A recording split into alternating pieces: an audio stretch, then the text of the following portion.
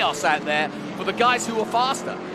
Yeah, it's really difficult. Multi-class racing is thrilling at times, but it really makes it busier than it is. And at Atlanta, it's a very busy racetrack. Yeah, no question about it. On board, we'll have all the onboard covered with Doug Peterson, Tommy Dreese, hopefully Cameron Lawrence. We've got some of the categories. Lee Saunders, I believe, is also has an onboard, and of course we have a drone in the sky. Now, what is the hardest corner in your mind, or Kerry? Or what's the key to the first lap? Perhaps is a better question. Well, turn one is always kind of difficult. If you got turn 7 coming onto the straight, that's extremely important to get there again. Looks like you got some action in the pits. Yeah, it looks as though a problem for car number 6 in the SGD class. That's Cary Grant, and big weekend for the Grants. Yeah.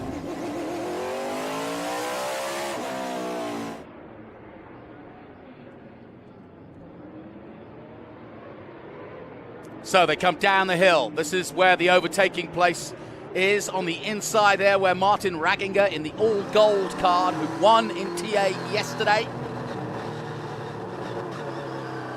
And we're on board also with Chris Dyson, a winner at Road America. We'll keep an eye on Skene. He's had 5 wins so far this season. He is a 57-point leader over Rafa Matos, and therefore has won the title, but that won't stop Rafa coming at him at this start. Here we go, folks! The Trans Am finale from Road Atlanta gets underway, and it's a great start from Chris Dyson. Ragginger goes to the inside in the 17, but he cuts the nose off, and again, the number 20 plaid car, who had power steering from... Tommy Dreese gave us a fantastic view of that. What a moment there for Tommy, and he didn't really lift, did he? Wow, Kerry, that was a moment and a half, wasn't it? Yeah, for sure. Hate to see things like that happen. Probably cold tires. I mean, first lap, cold tires, it's really difficult. That felt like it was all in slow motion, but Tommy did the right thing. He just watched it. Yep. He didn't lift off and didn't lose anything. He lost a little bit of time, but didn't lose any places. So it's Chris Dyson in the lead from Martin Ragginger. And then Tommy Dreese in 3rd place. Boris Said 4th. Justin Mark 5th. Amy Rumin up there in 6th. Simon Gregg, good friend of yours, I'm sure, in 7th place. And Jeff Hinkle. Sadly, Kerry Hitt not in there, but he's twitching here at the Coventry booth, almost going through the motions because he'd love to be out there. What have you seen so far, Kerry? Great start.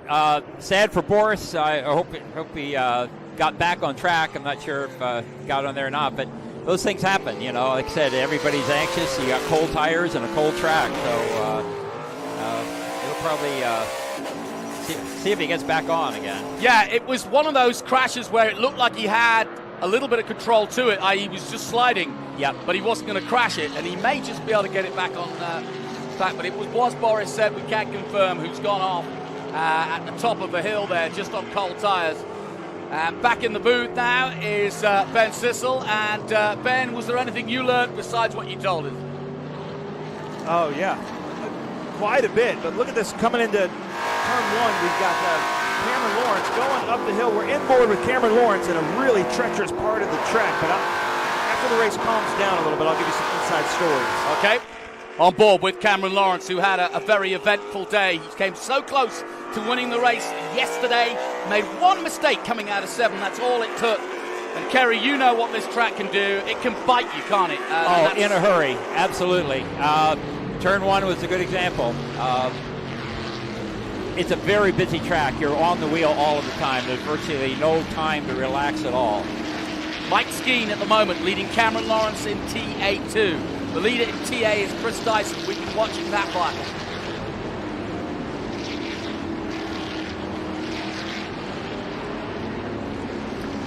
That's Ray Evernham in the white number 26. Here's a little insight. Go ahead. Ray's famous for building and racing the Ghost, one of the fastest road racing cars out there. He had an off yesterday, and the team used white gaffer's tape to tape it up, so now they're saying that he's racing the Mummy. So he's racing the Ghost and the Mummy as we see Ragginger come up right behind Dyson.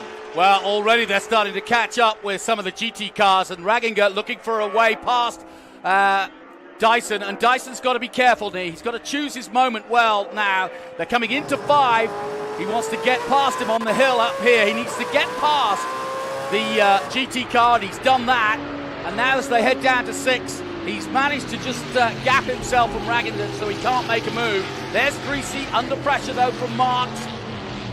And Boris Said was the man that went off, and so Dreesy's still there in 3rd place, but he's getting some real attention.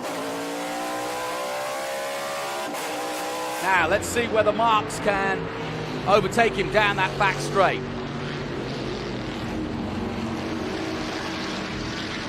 A really frenetic start to this, just what we hoped for. Ernie Francis Jr. currently 6th overall in the race, and 6th therefore in TA. And did we announce that Ernie has pretty much officially won the championship by taking the green? So congratulations to the Breathless team as we ride along board with Cameron Lawrence and his 3-dimensional services group Camaro. But Ragginger is getting right behind Dyson. So this black car there we were looking at, Justin Marks, is now Ernie's in 5th. Ernie's got past Amy Ruman, Justin Marks actually said he had to go in for oxygen after yesterday's race because he had some exhaust problems in his cabin. So after the race, he finished 4th like a trooper, but then he had to go get oxygen. And that same thing is happening to Lostovsky's left rear end. I hope that's just fuel cell venting. Well, it is. We saw it yesterday. It's just extra fuel, isn't it? Yeah. But we saw that yesterday. Issues. Yesterday he had clutch issues and said he expects to be at the top of the podium today.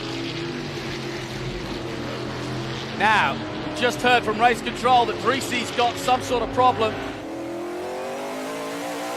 Now, what's happened to Dreesy?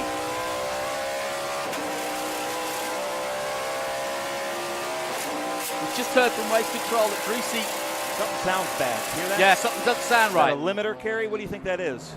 I think he was probably on the limiter.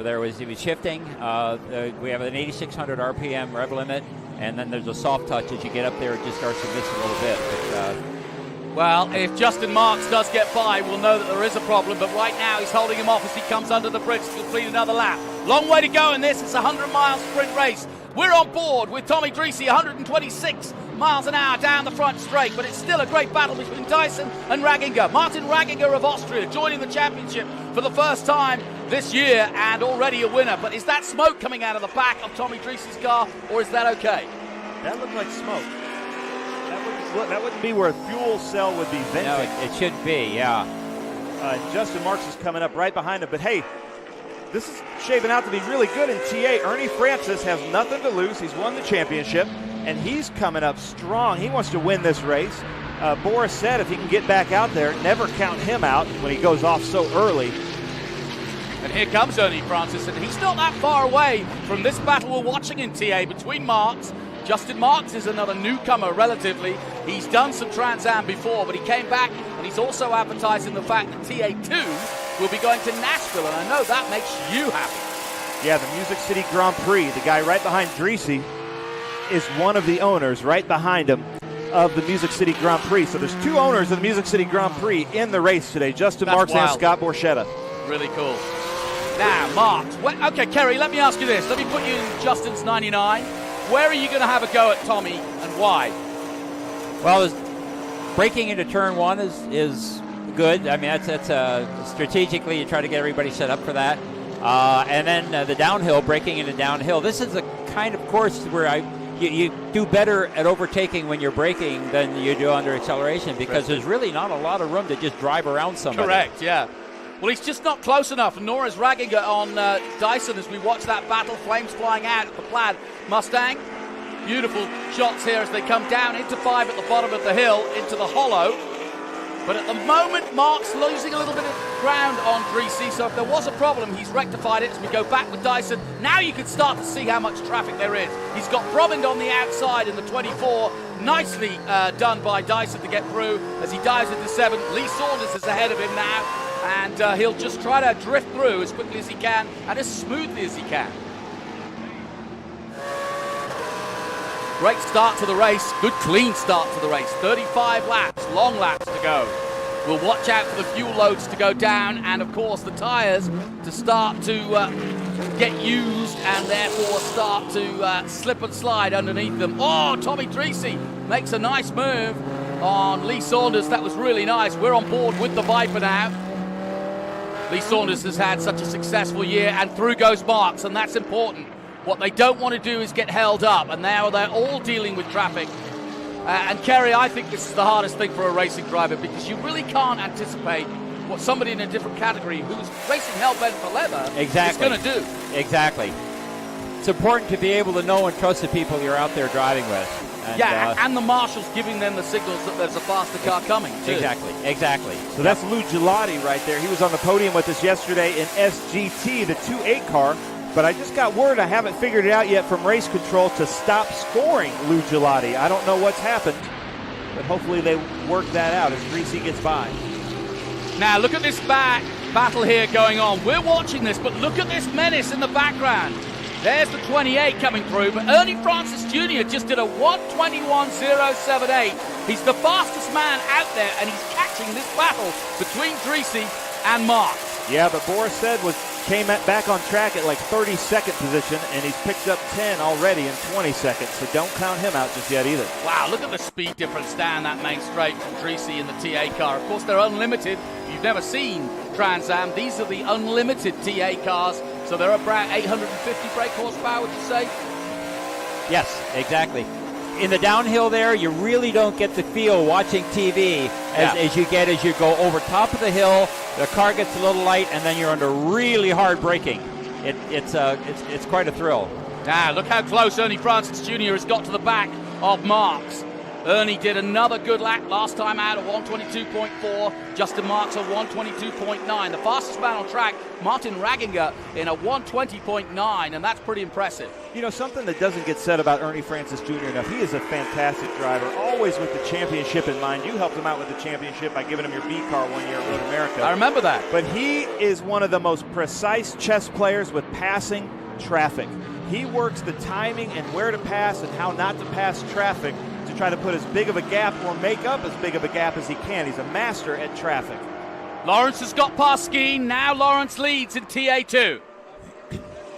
There you can see the all yellow and red of Cameron Lawrence ahead of Skeen. Matos behind him. No, it's Merrill. Merrill behind him. And then Futrell. Franklin. Then Matos. Yes.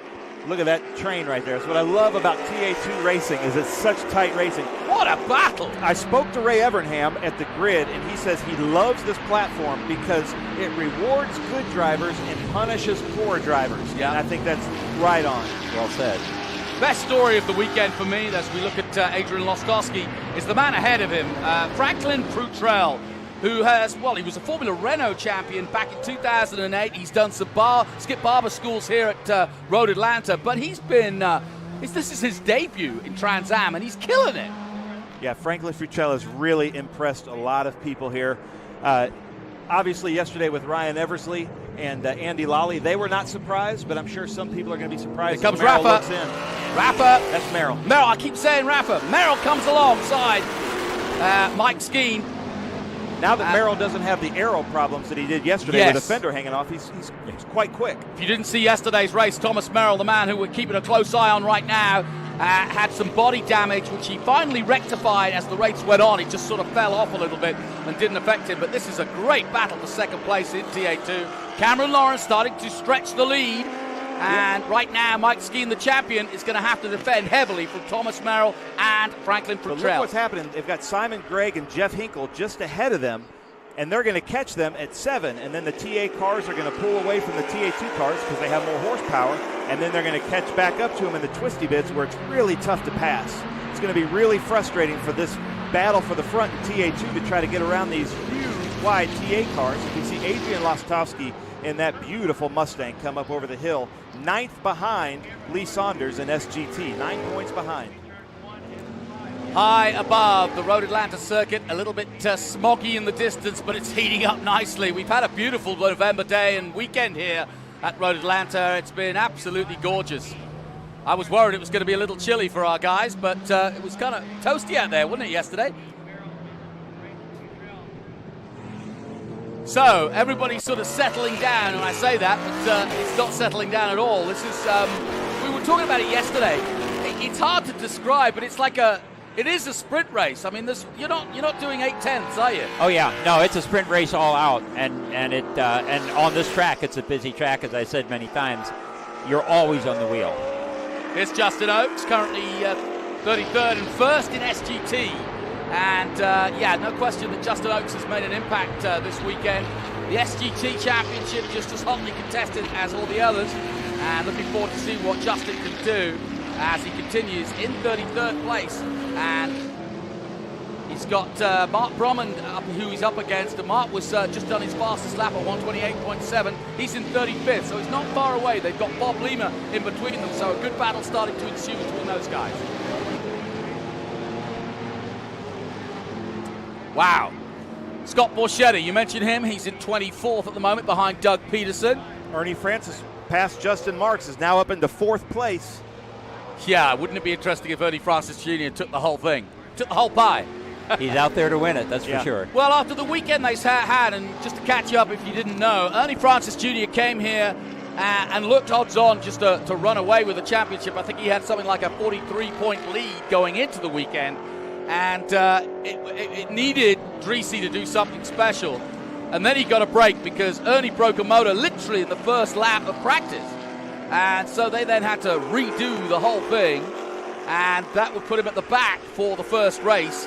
And then he had another problem. I think it was a clutch issue. And that put him out of yesterday's race. But he still managed to pick up 15 points. And that was enough to put him over the edge. Look at that beautiful car right there, Justin Oaks, yesterday's SGT winner. He was with us at Circuit of the Americas in that same car, but under XGT specifications. And now here he is running that beautiful DroneWorks Corvette with us in SGT. We hope to see him back in 2021 as Mark Brumman comes right up behind Lou Gelati. Go ahead, Kerry. Well, Lou Gelati is interesting. The other Corvette was Lou's son, Louis, is the crew chief on that. So you got a little bit of a family competition going on there. I love it. I love this insight. And the big engine that he had when he was at COTA, they pulled that out and they put a smaller engine in so they can run in Lou's class, because they weren't in Lou's class at COTA. So yeah. It's so interesting. that was the specification change to be able to go from XGT to SGT. Exactly. Yep. Back to the leader. There's Scott Chris Borchetta. Dyson. Borchetta being passed there in the Big Machine Vodka car. And we're on board with our leader, Chris Dyson, who's had some bad luck in the Plaid Ford Mustang this season, but he wants to make and finish on a high at the end of this season. There's Martin Ragginger. But you know, actually, I would say Martin Ragginger and Chris Dyson probably have the most experience racing in this multi-class. You know, Chris Dyson in so many, I think he said 11 Petit Le Mans here. Yep. And that's a huge speed differential. So he's used to this. So it's working out in his favor right now. But Ernie is also really good at this. Yeah. I tell you what, Chris Dyson's doing a hell of a job at the moment. His last lap at 121.3 was almost a second quicker than Ragginger. Now that's traffic, obviously, they're both dealing with. But at the moment, Dyson has managed to pull 2.3 seconds ahead of the Austrian. I would think that you probably would not see Ernie pushing quite as hard as he is because of the strategy. He now has a championship sewn up, so he doesn't have anything to lose. So he's going to go for it. I can tell you that. Well, there comes Dreesy, passing some of the TA2 cars. There's Ernie Francis Jr. He too in traffic. Yeah, you're right, Kerry. Really, the only thing he has to lose is he does work on his own car with his dad, Ernie Francis Sr. So he'd like to go home back to Florida and go on vacation instead of have to fix his car. Yeah. But he wants to win this race. Oh, he does. I know that for sure. Kerry, when we see some onboard shots, and I'm listening to the engine, just tell us how you, especially in some of the places like the S's, you know, how much throttle you're doing and how much you're using the brake as well when you see it for yourself, because it's always an interesting insight. When you go through it, you come down and the left-hander is a second gear turn. You have to stay kind of outside and set up for the S's. You're in third gear, and it's just a matter with the car, if the car's handling right, you can go down through the S's with the throttle to the floor. And a lot of G-force, a lot of speed, and then there's extremely hard braking, back into second gear, and turn 5 is a left-hander. Wow, look at that speed differential between the TA and the TA2 car as Francis goes through, and look at this. But look at the traffic, guys. This is like a Petit Le Mans race. And look at that, there's Boris Said in the background. I just got a text from Pancho Weaver that said he ordered Boris Said to go balls to the wall and win this race. I think Boris knows what that means. 13th place. He's picked up, what, 17 places. Wow, go on, Boris. A little bit of a race. So put on a show. Expect the monster of Boris Said to try to reach the podium. He said there would be some hand grenades, and he's holding them. on board with Cameron Lawrence, drifting through that gearbox. Beautiful sound of muscle car racing here. I understand Boris's son ran his first race yesterday. He did. Yes, He's he doing did. really well in our SVRA's Heritage Miata class, and we expect him now to be a Trans Am driver too. Two more places from Boris. This is impressive. Very impressive. So Look at that another lap Skeen to ahead of clear. Lawrence. Yeah, Skeen's got past him again. That was a really, really interesting maneuver too, because it wasn't a place you'd expect an overtake. Well, I think honestly, Lawrence was caught with getting behind Boris Said and letting him pass, and Mike Right. Skeen just used that lap traffic. Because again, Mike Skeen is used to this multi-class racing too. Not that Lawrence isn't, but he might have a little bit more experience with it. And Merrill now also looking for a way past as well. Here's Boris Said, currently ninth. What a major incident that is. And Because then if we've you got- remember at the start of the race, he spun right out on cold tires. And we've got Mike Skeen coming up to Simon Gregg. So that was the championship team there, Stevens Miller Racing, as we're on board with Cameron Lawrence, Mark Brumman to his left, Mike Skeen just ahead. So Lawrence knows there is traffic ahead of both of them, and this is another good opportunity to make a move on Mike Skeen as they head under the Motul Bridge at turn 8. And now the jink that is 9 coming up. And then the braking at 10 is his best opportunity past one car. Oh no! Oh, that's Edward Savagian. Savagian in the Big 26, Machine and, Vodka car. I don't know if he went off through 10A Yeah, or if he took the little drift he's thing. He's way off. But He he's may high well have gone centered. through the gravel trap. Yeah, I think he went through the gravel trap because he wouldn't have tried to high center there. But he's in a safe area. We shouldn't have to go double yellow as I'm Black getting flag. a black flag waved to Cameron Lawrence, it looked like. Well, maybe somebody's thrown down some oil because look, Rafa two Makos cars. has gone down. But I as just well. saw them waving a black flag at what I thought was Cameron Lawrence, maybe Thomas Merrill, I can't tell. Well, but our somebody's been starters black flagged. waving a black flag angrily at somebody at the lead of the TA2 pack. All right. Well, back with the fight between Lawrence and Skeen. I'd like to hear from race control of who they're throwing a black flag at. What an intense race this is. Cottrell still right there with Merrill.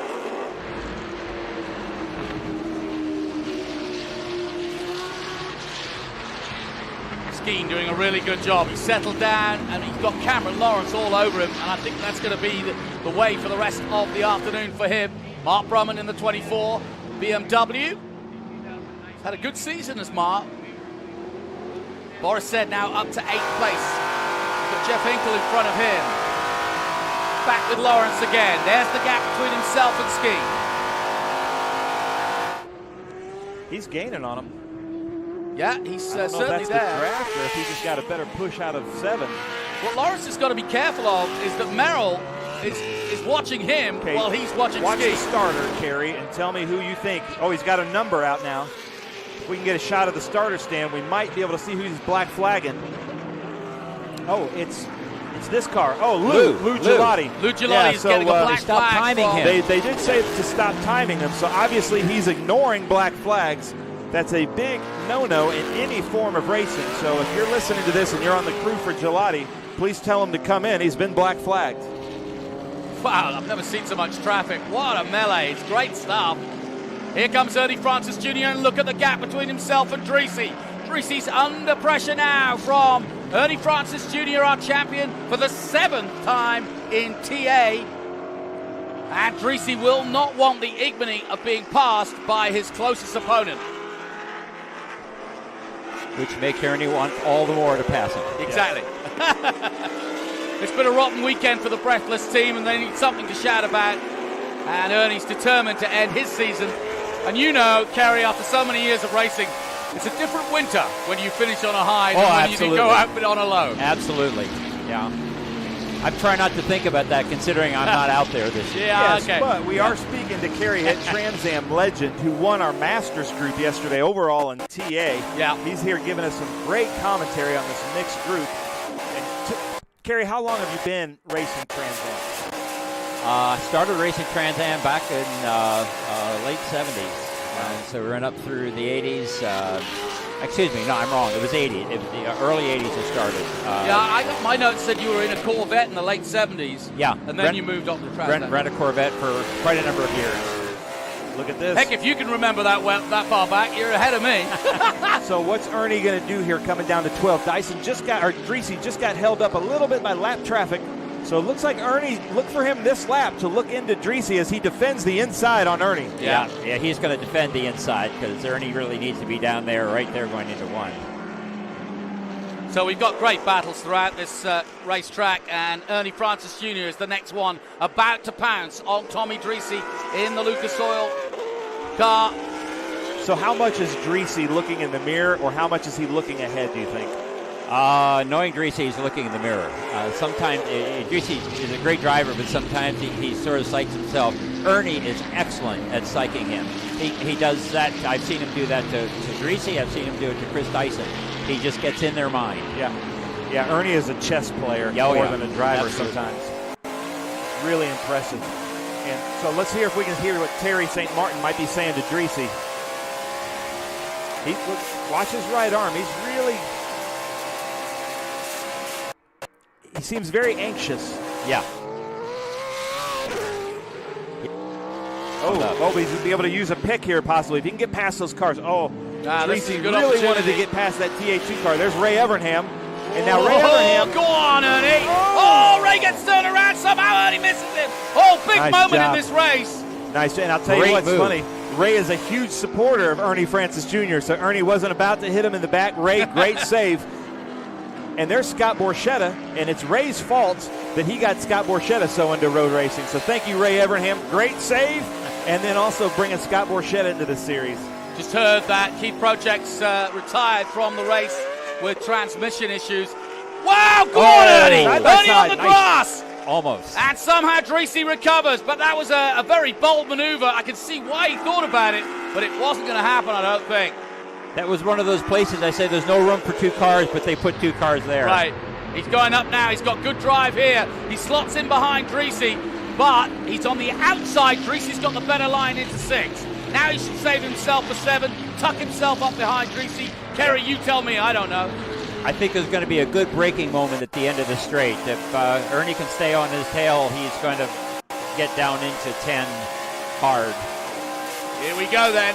On board with Tommy Dreese. He's all eyes in the mirrors, trying to pass as many cars as he can Lou before Gelati. he gets down to 10. He wants to put this blue car between he and Ernie. Yeah. But he hasn't got time to get past him. Ernie's got past Galati. No, not that time. Not that time. What a great game of chess between these two at 160 miles an hour. I love it. Yep, they come up on Misha Goikberg, one of our best drivers in TA2. Lots of experience at Michelin Raceway Road Atlanta. They're going to try to get by him before 1. Well, Ernie wants to get past 2, and he's going to get stuck. That's what Dreese needed. Yep. Now this is going to be the hardest probably quarter mile for Ernie to get. Wait, so now Dreese needs to step on it, try to put a gap between them. Dreese knows this is his chance to keep Ernie at bay. Ernie trying desperately to get past now, but he can't, and now he does. Nice move by Ernie Francis Jr. Nice job. Really good. That's we not also easy. need to give credit to Misha, seeing him and knowing he's faster and letting him go. He did the right thing there. Yeah, he don't want to get in anybody's race in the way of the race. Hey guys, we still got 21 laps left yet. I got to breathe. This is great. Really good racing in all classes. Our big finale for the year. It's been a heck of a season. Congrats to John Claggett as Misha goes off. Yeah. Oh no. Misha Goikberg goes off. Looks like something in the rear axle. Yeah, the tire should be sticking like that. Something could have broken there. Now the next question that's is, going to be a double yellow. That's going to be. He's in turn 6. Surely that's a double yellow. He's in a bad spot. You can see the corner that's where he's very talking. Lou Gelati just got waved another black flag. Now that could slow things right down. You can see the smoke there, your top left in turn 6.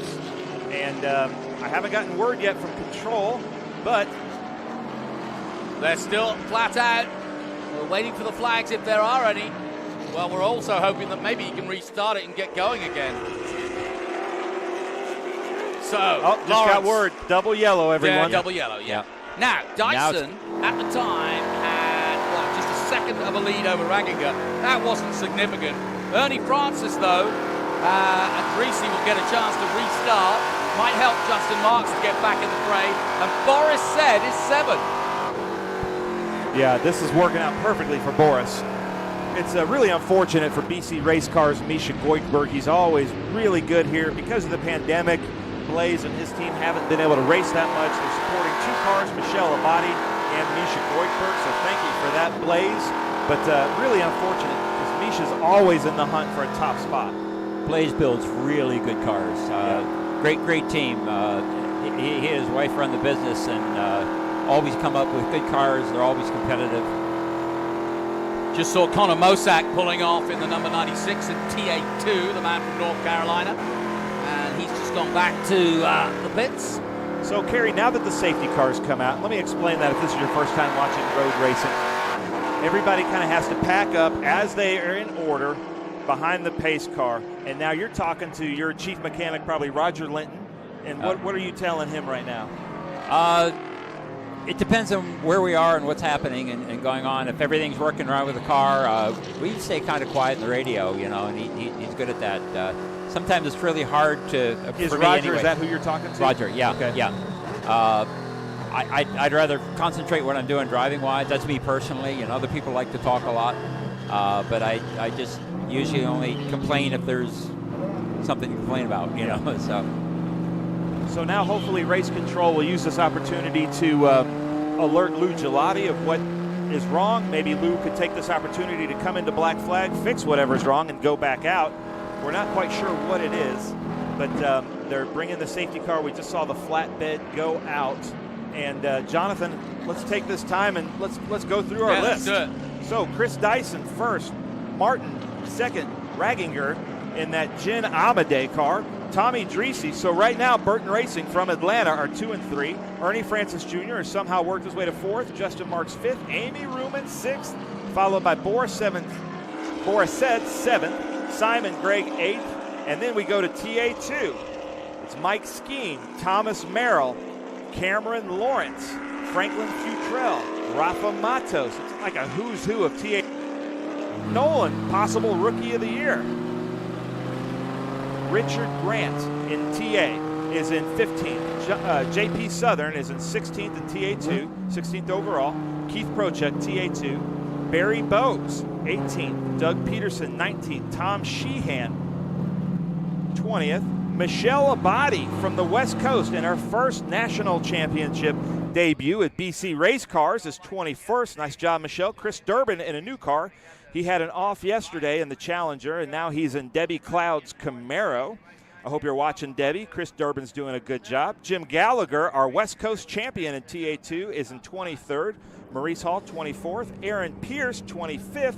Connor Mosak had a great day yesterday. He must be having some mechanical issues because he's usually a lot quicker than 26th. Well, Justin he's Oaks. the one he just pulled out. Yeah. Okay. Justin Oaks is in SGT, is in 27th. I think he's first in SGT, but 27th.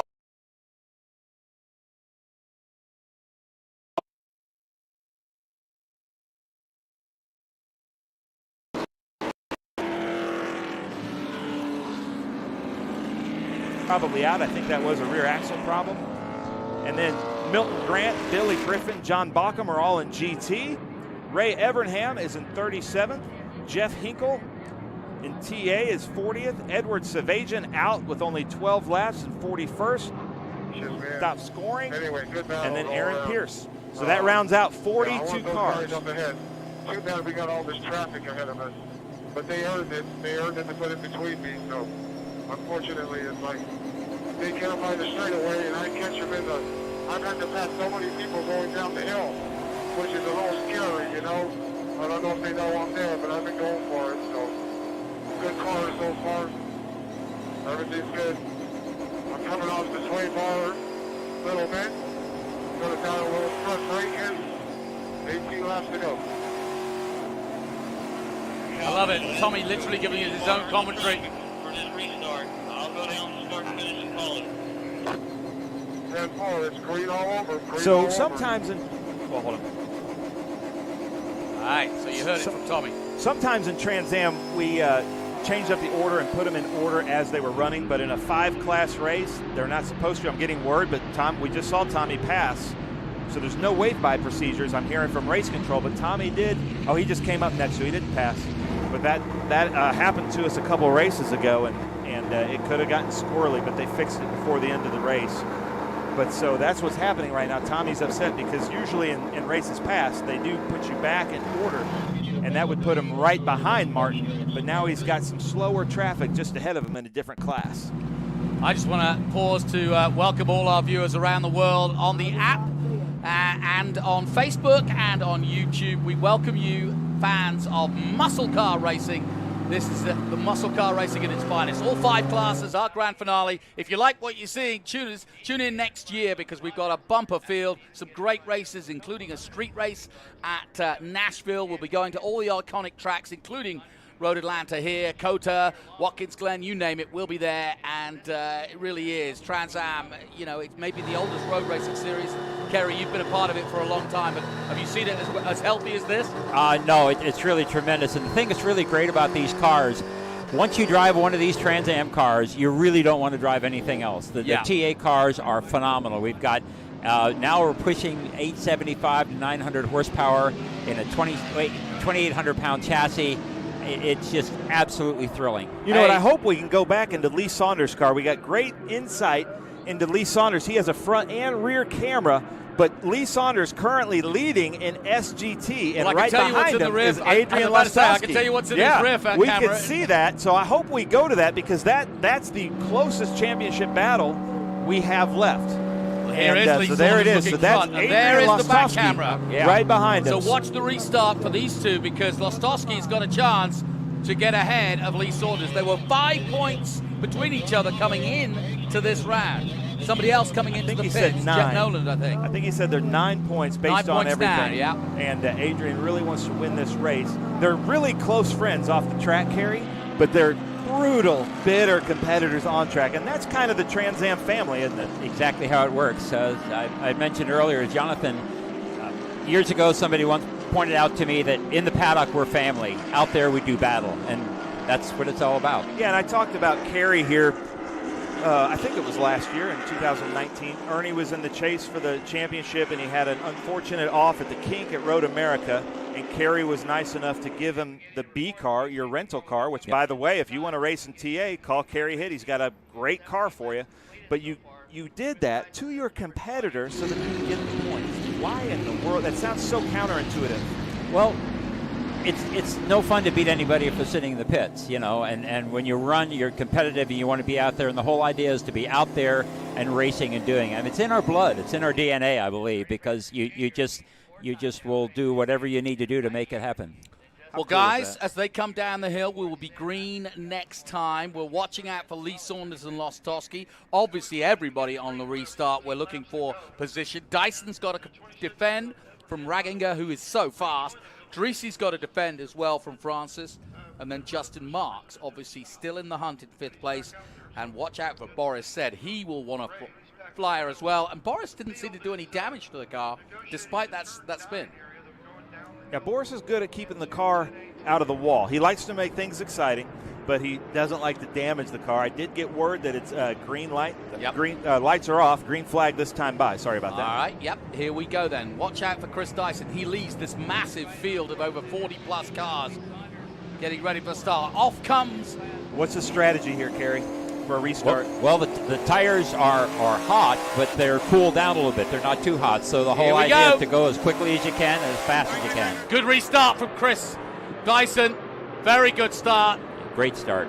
Yeah. Mike Skeen also gets away well, popping out his Cameron Lawrence. Here comes Dreesy, Francis with him. Everybody jostling for position. Lou's still out there. Yep. Lou Gigliotti is not going home, is he? You don't know Lou. Yeah. You don't know Lou. I was on the podium with him yesterday, and he refused to wear a mask. Okay. So that's Lou. Okay. In a nutshell, I guess. Yeah. So then, the restart underway. Good restart from Futrell. He's all over the back. Dreesy and Francis battling it out. Dyson's pulled a couple of lengths away from Raginger at the restart. Skeen's done the same on Lawrence. Uh-oh. Here comes Dreesy. Dreesy and Ernie up to the lead pack in TA2. This could get dicey going into 10A.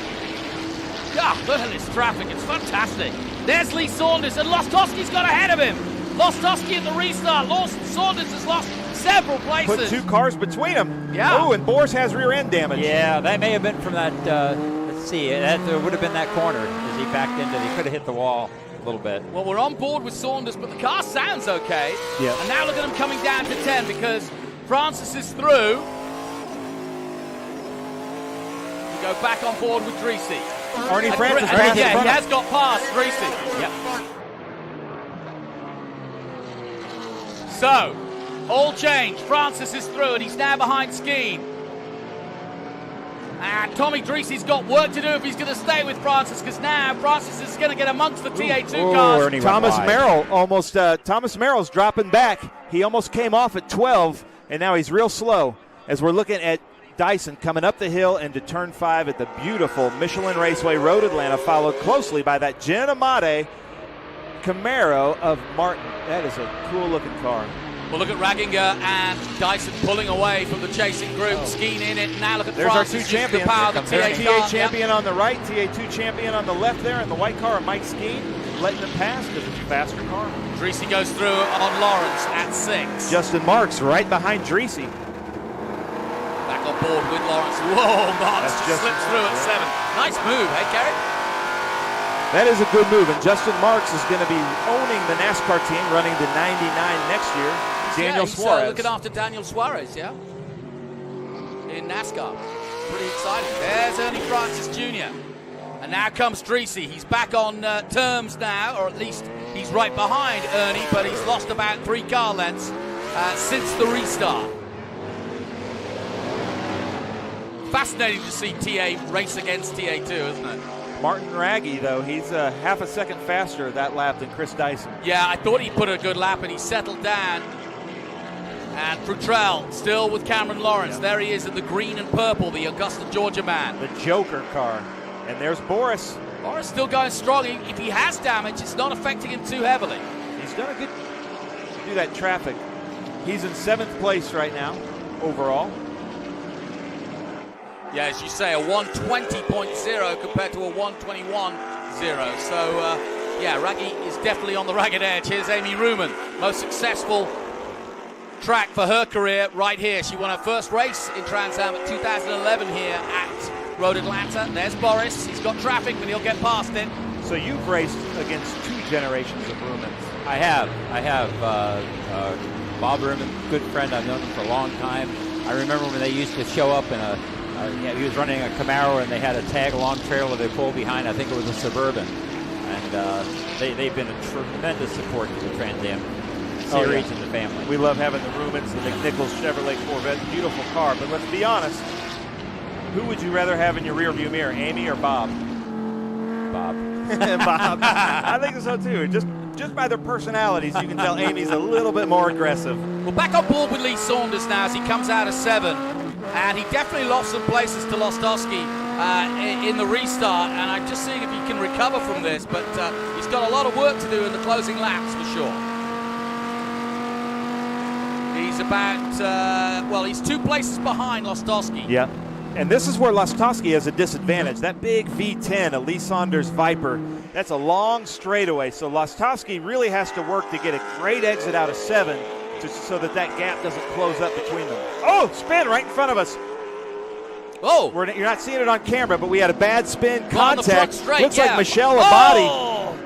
And that is 3 cars, that's 4 Durbin. cars. That's Durbin and Debbie Cloud's car. That's the 16 of Jim Gallagher, and I believe that's Michelle Abadi just ahead of him. So if that is Michelle Abadi in the blue car, Gallagher on the right in the red car, our West Coast TA2 champion, and a 2nd place TA2 champion of Michelle Abadi right there that's Durbin in the number 90. He wrecked yesterday, unfortunately, in the Challenger, and that was the B car for Stevens Miller. That's normally Debbie Cloud's car. So she let him use that as the leaders come through a little bit of a debris field here right on the front straight. I can't tell if that's It's a red, Misha white, or blue Michelle. car. Well, That's Michelle. yeah, and Michelle is the number unfortunately 20. She's not going man. anywhere. I know she's got it going. There Good she girl. is. She was just waiting for traffic to get out of the way. That keeps the So, race going. ladies I'm and sure. gentlemen, we have our end of the year banquet And right now, I would say, based on the votes, that Michelle is leading the fan favorite vote in Trans Am. So I'm sure there's a lot of Michelle Abadi fans that are heartbroken over that. But she's back out. She's back out there. And she is a fighter. And by the way, this is her national debut this weekend. She races on her own in the West Coast with her own family or kind of small team. But now she's joining BC Racing from Canada. And I think this is a big step up for her. So she's really excited. Oh, there's Jim Gallagher. Gallagher had a problem yesterday too, so all sorts of drama. Well, going he went on off There's today, gonna be so yellow. he went off and probably had a mechanical and tried to pull it, to his credit, in a safe-ish area, but that's unfortunate for Jim Gallagher. Great racer. As Boris said, look just at him weaving his way go. through. Go on, Boris. And knowing Boris, he knows the double yellow's probably going to come up. Yep. Yeah. Actually, I just got a safety stand down order from Okay. race control. I'm listening to their radio right now, John. Oh, okay.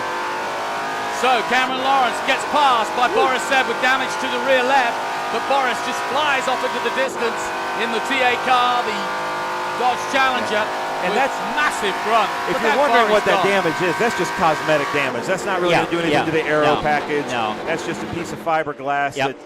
that Pancho Weaver really doesn't care too much about. He would rather come in unscathed, but he wants Boris to win. This is the battle for first place. Chris Dyson wanting to turn his year around quite literally. He was out of contention for the championship despite a win at Road America. He's not really been a factor, though he's always at the sharp end, either in qualifying or in the race. He's just not had the luck. And this has been an almighty battle for almost an hour now between these two. Here comes Ernie Francis Jr. as well. Back marker between them. And Big gap between Ernie and Dyson. Yep. Or Dreesy. I keep saying that, I'm sorry. Yep, Dreesy there. But, well, you say it's a big gap. It's not too big. It only needs one back marker to get in Ernie's way. And through back to the S's. Where's the one place you don't want? Would it be the S's that you don't want a back marker? Yeah. The S's get awfully busy. I'm really surprised that they're leaving that car there, but, you know. I am too, and I just got word through the radio that they are alerting all the teams that there's a car off on the left of 4, driver's left. And, Well, he's so they'll not probably- on the racing line. I will say, of any wait, spot no, in the S's, look how that, slow they're going. So they must be of a. Yeah, they've slowed it Double right yellow. down. The double yellow is out. Okay. that was a smart And move. you can see debris right there to Chris Dyson's left. That's Billy Griffin, our GT winner yesterday, and that green And Mustang. our GT champion if he finishes the race. And now this. Oh, look what Dreesy's doing right up next to Ernie. I think Dreesy is unhappy with Ernie about something. You copy? Okay, Don't talk to let's him. listen in. Don't talk to him, man. Yeah, see that? That was not cool. He was racing real hard. He just fucking out-broke. He couldn't brake. He couldn't stop. Make me right in the back. Kicked me sideways. Oh, it must have been a little contact. Apologies for the language, but he is in the thick of it, and that is racing, folks. Chris Durbin in, and obviously Tommy not happy. He's talking to his engineers, not us, I can assure you. But I think he's unhappy with Ernie, right? Yeah, it sounds like he's unhappy with Ernie. That's Chris Durbin there. This is his Trans Am debut, so welcome Chris Durbin. I wish it was under better conditions, but he's been fast. As they line up now, that's Ray Evernham right there behind Billy Griffin. Let's say this again. That is NASCAR Hall of Famer Ray Evernham. And if we could get a close shot, you'd see why they call that the Mummy. It's got a lot of white tape on it. Amy Ruman, followed by Boris Said, Cameron Lawrence, Franklin Futrell, and that's Jet Nolan's in the running for our Rookie of the Year at TA2. Safety cars are on course. Now, he's got his hand out the window. He was doing this yesterday, and we worked out that Cameron Lawrence's head cooler or helmet cooler, Kerry, wasn't working, so he was trying to get air into the helmet. Yeah. People don't realize how hot it gets in these cars. Right. I mean, you can get 140, 150 degrees in there. Hey, Ben, while you were down on the grid, I want you to make sure you know this story. Kerry is bringing the C8 Silhouette next year. Yeah. Mid-engine? No. Yeah. We figured out how we can put that body on a front-engine car, and Amy was happy to hear that. Yeah.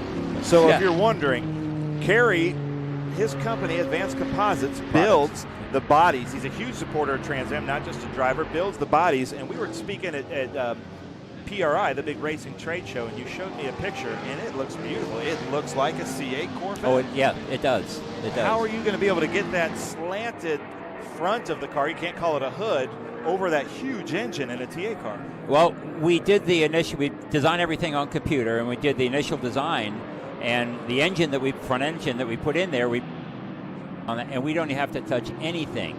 So in terms of a scoop, now to put a carburetor on, we might have to put a little bit of a bump in the scoop, but these all have bumps in the cars. So we were able to take the Trans Am chassis and ghost it, and then lay the body over top of it, and then through a series, we are able to manipulate the body and move it. So we moved the wheel wells down to the 102-inch wheelbase, and when we did that, the roll bar of the Trans Am chassis stuck through just a little bit of the roof. So we took the roof and we manipulated it, moved it up, and moved it back over. So now it fits over the envelope, and that's the way we were able to come up with it. But so look at Dyson's front of his car, or even that Camaro, or especially the Challenger. I feel like the C8 body would have quite an aero advantage.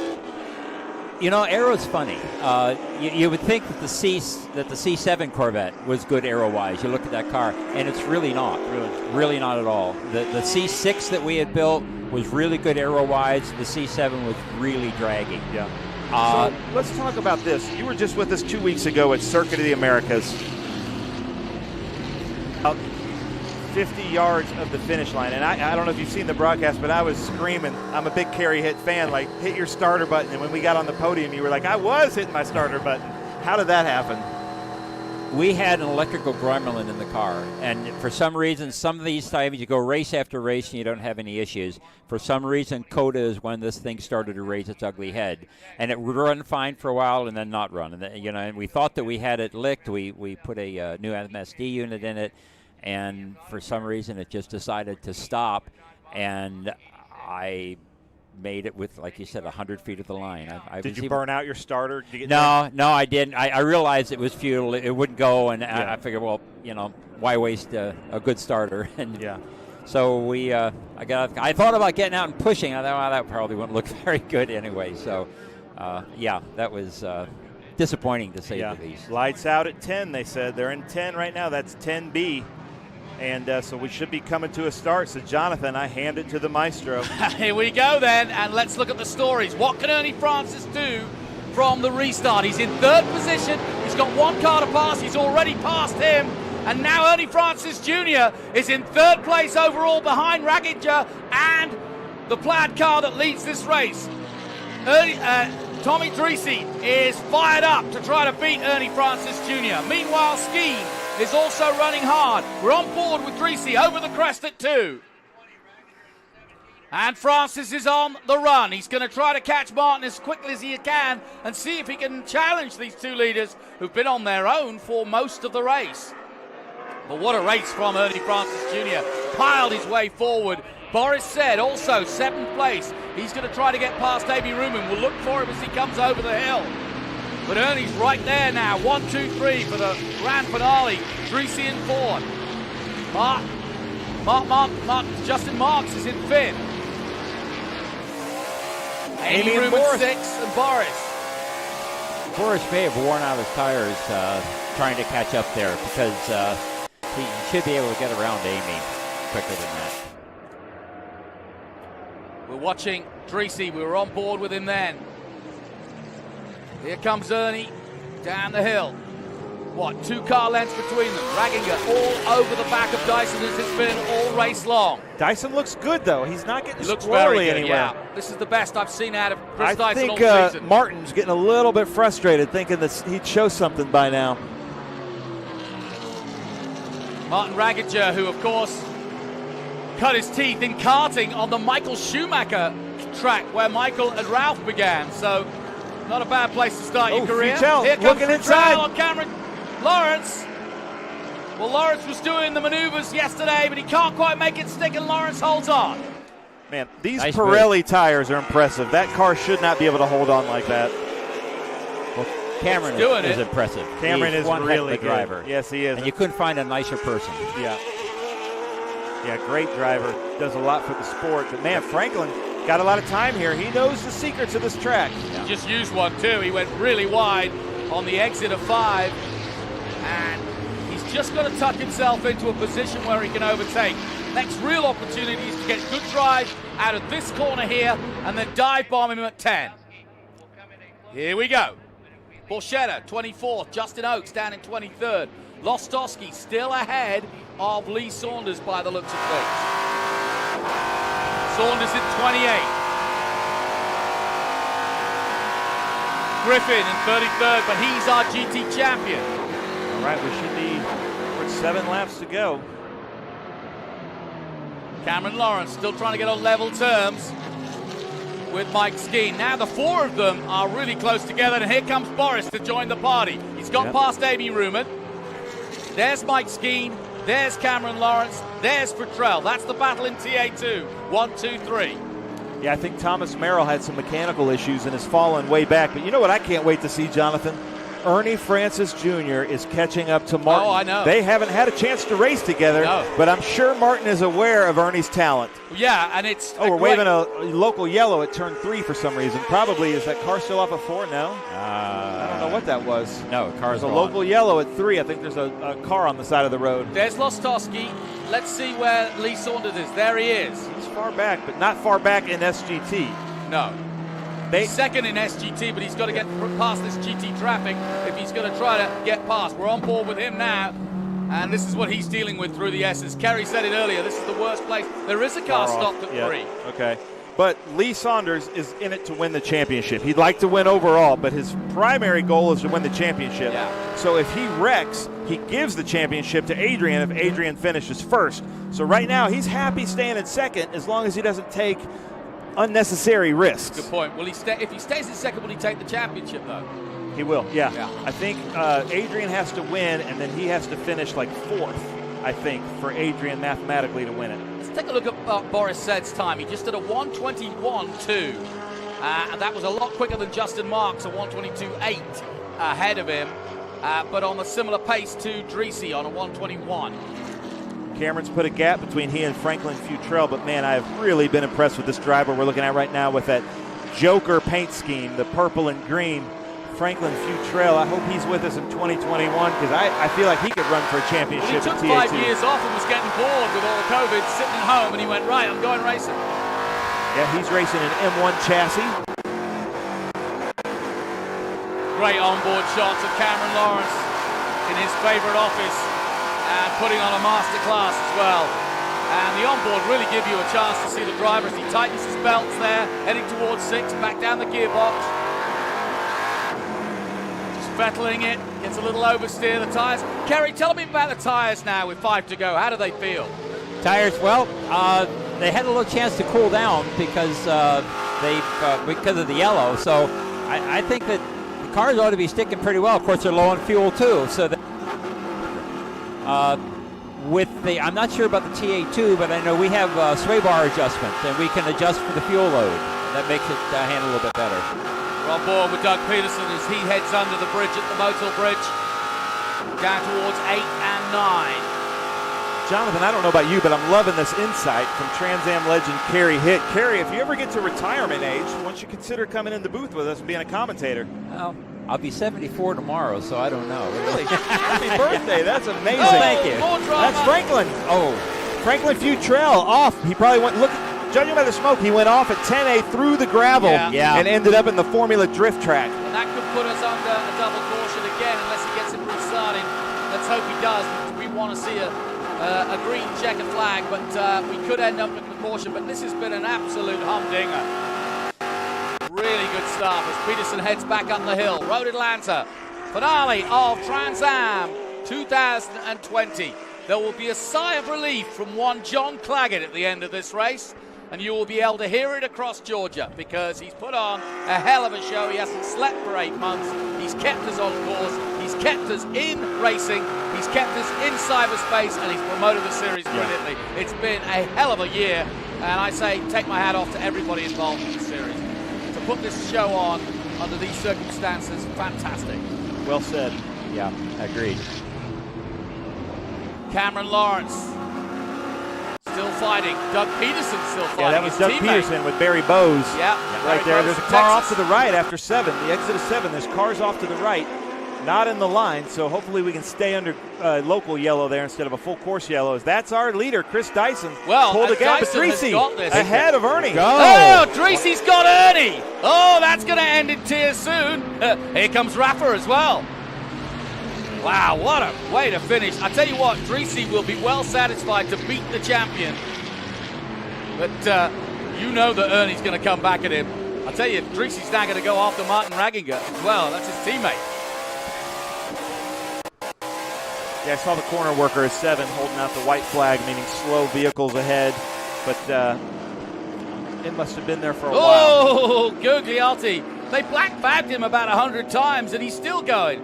It's like out of a Monty Python sketch. It's just a flash wound. Yeah, that's not good. I'm all right. If he keeps ignoring black flags, this might be the last time we see him on track with us. You can't do that. That makes race control very upset in Trans Am as Dyson goes down the front stretch, passing Lee Saunders with his SGT car, followed by Billy Griffin in that GT championship. Yeah, this is so tough for Chris. I mean, you know, he's having to fight hard against Martin, but look, this is what happens. While he's trying to go fast, you know, he's just playing into Ragging. But he's got to be patient. Lee Saunders is slowing, is he? Yes. What's happened to Lee? Everybody's passing him. Yeah, he's letting the leaders go. Okay. He's doing the right thing. Good job, Lee Saunders. Thank you. Okay, good. So he's letting Ernie, who's all over the back of Dreesy, you're watching him from Saunders' position. Thank you for the camera work, Lee. Bob Lima there in that white TA2 car, getting passed by Chris Dyson. Bob's in a TA2 car. And look at this, coming into 6. Our man Tom doing the business, nicely done. And here comes Ernie side by side through 7 for a minute. Who's going to get the better drive? Kerry, your call. I think Dreesy's going to get him on this. All right. They've still got to deal with traffic. Ernie got a little offline. He wasn't able to apex it quite right, so he lost some speed coming out of there. So we're going to have white flag this time by. 1 lap to go when they cross the start-finish line. Down the hill they come. There is nothing between them. Great racing. Over the hill they come to start what should be the last lap. The white flag is out. Here's Dreesy about to take it. There's the leader. That's the TA battle. This is the battle for the podium. And Dreesy in the Lucas Slick Miss car, just ahead in the number 8 of Ernie Francis Jr. in the Florida, South Florida car. And he is all over him now. Surely Ernie's going to make a move, but where, Kerry? 6. Turn 6. Thinking he's not going to have maybe 5, 6. Yeah, I agree. 6 or 10. Yeah, that's it. It looks like he's looking at 6. He looks faster, doesn't he? I don't know, though. He wasn't getting them.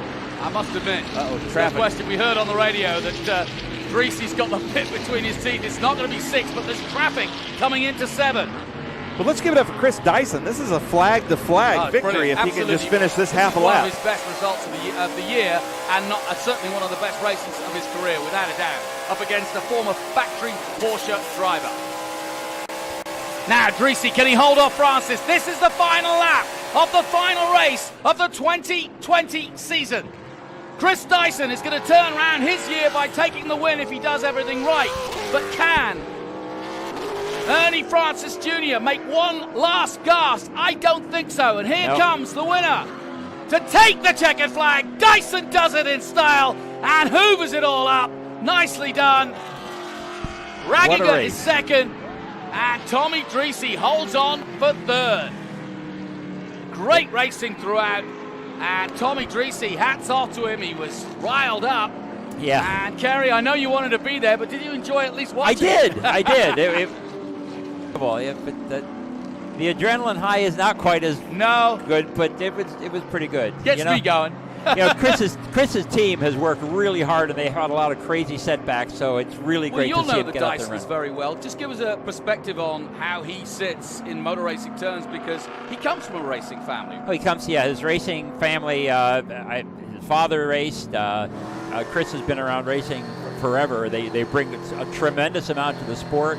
Their effort is second to none.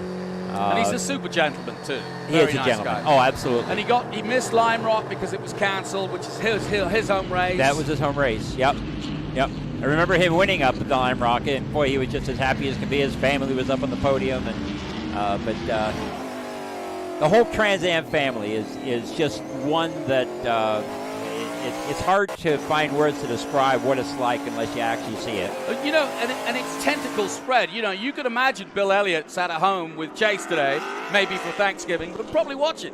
Yeah. Because both of them have been around Trans Am. Yeah. Bill, of course, was racing, just a couple of years ago? Yeah. Just as a one-off, but Yeah. it doesn't matter. We see Paul Tracy. We see Boris Said coming back. I mean, that's the beauty of Trans Am. It's loved by racing, American racers all over. Well, the format that they have is second to none. I mean, you can get out there and you can race, and you can race hard, and you know what to expect. And I really think that a lot of NASCAR drivers ought to look at Trans Am just to come in and try it, because once you do it, I'll tell you what, you'll never go back. You know, it's interesting. I mentioned that Martin Raginger was a former Porsche factory driver. Well, Earl Bamber, of course, one of the top Porsche drivers in the world right now, had an Xfinity run at Daytona earlier this year, the New Zealander. And I said, you know what? If you really want to get into NASCAR, come and join us for a couple of weekends and get yourself dialed in, so to speak. So Chris Dyson finishes 2020 on an absolute high, a superb race, one of the best I've seen him race ever, because he was under pressure for the entire 100 miles. Martin Raginger put on a great show too. There was nothing between them.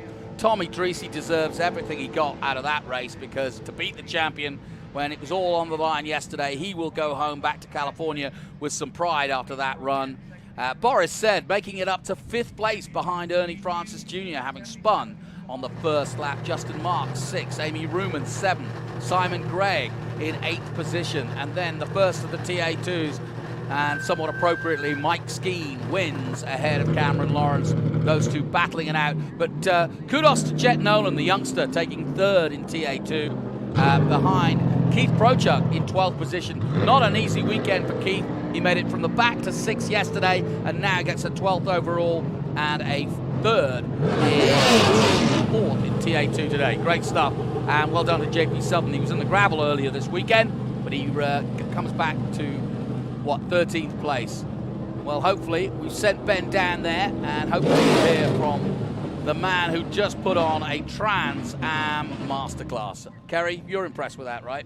Did a great job. I think they saved the best for last for this race. I mean, it was really exciting. So I really appreciate you inviting me up in here, and it's been fun doing it. Thank you. Thank you, Jonathan. No, not at all, Kerry. Kerry, one of the legends of Trans Am, and he'll be bringing that C8 Silhouette into action. There's our winner, the number 20 Ford Mustang of Chris Dyson. And as soon as he gets that helmet off, Ben Sissel will grab him. In fact, I can see him running towards him now. He's congratulating everybody. What a wonderful scene from high above on the drone. Great camera work, guys. Well done. Fantastic race. And there is Ben. Ben, I'm going to let you go and talk to Mr. Dyson. Thanks, Jonathan. Chris Dyson, we're here with the winner from flag to flag. How in the world did you do it? And I just took a lap around your car. Multi-class racing. I know you're well experienced. We got to get a mask on, Chris, you guys. Dyson Racing. But, Chris, how in the world can you run in multi-class racing like that? Good job, Martin. How can you run like that? Well, I'll tell you what, we had to pull out every trick in my experience book around this place today. It was really hard racing. Martin was on me the whole way. And, I had to basically use all the tools in the kit today with all the traffic out there. He was keeping me honest. I have to say, though, after yesterday, sure feels good to go home with a win under our belt. This is the second year in a row we've closed out the finale with a win, so I'm really stoked about that. Winning in Atlanta, amazing. Happy for Plaid, happy for my family who's home. Love you guys. And it's been a tough year, but it's nice to close it out this way. It really has. Really been a tough year, but Chris, so impressive, flag to flag. Such multi-class racing. Nice job. Congratulations winning here at Michelin Road, Atlanta. Where do we want to go next, Tony? Oh. Hey, drivers, put on your masks. Ben's getting amongst it. Who have you got now, Ben? Well, I can see them running around. Where is Ernie? I'm looking. So we're bringing all the cars down here at the end of the race. Looking for Ernie Francis Jr. Hey, he's right back here. Ernie, tell me about this race out there. That was a crazy battle. Yeah, it was a really tough race, having to start from the back. Had to really work our way through. We knew once we took the green flag, we had the championship locked up. So really was pressure off of us at that point, just trying to race and have some fun out there. And yeah, had a lot of fun in that race. Was trying to battle for the podium, just didn't have the car for it today. But yeah, we'll be back next year and look home take home another championship. Hey, champ, that was some of the best racing. Yeah. I mean, you were probably saying, man, I hope he doesn't spin because we're both in trouble. All right, we're going to go talk to Cameron Lawrence. Cameron Lawrence, coming to you. Put your mask on.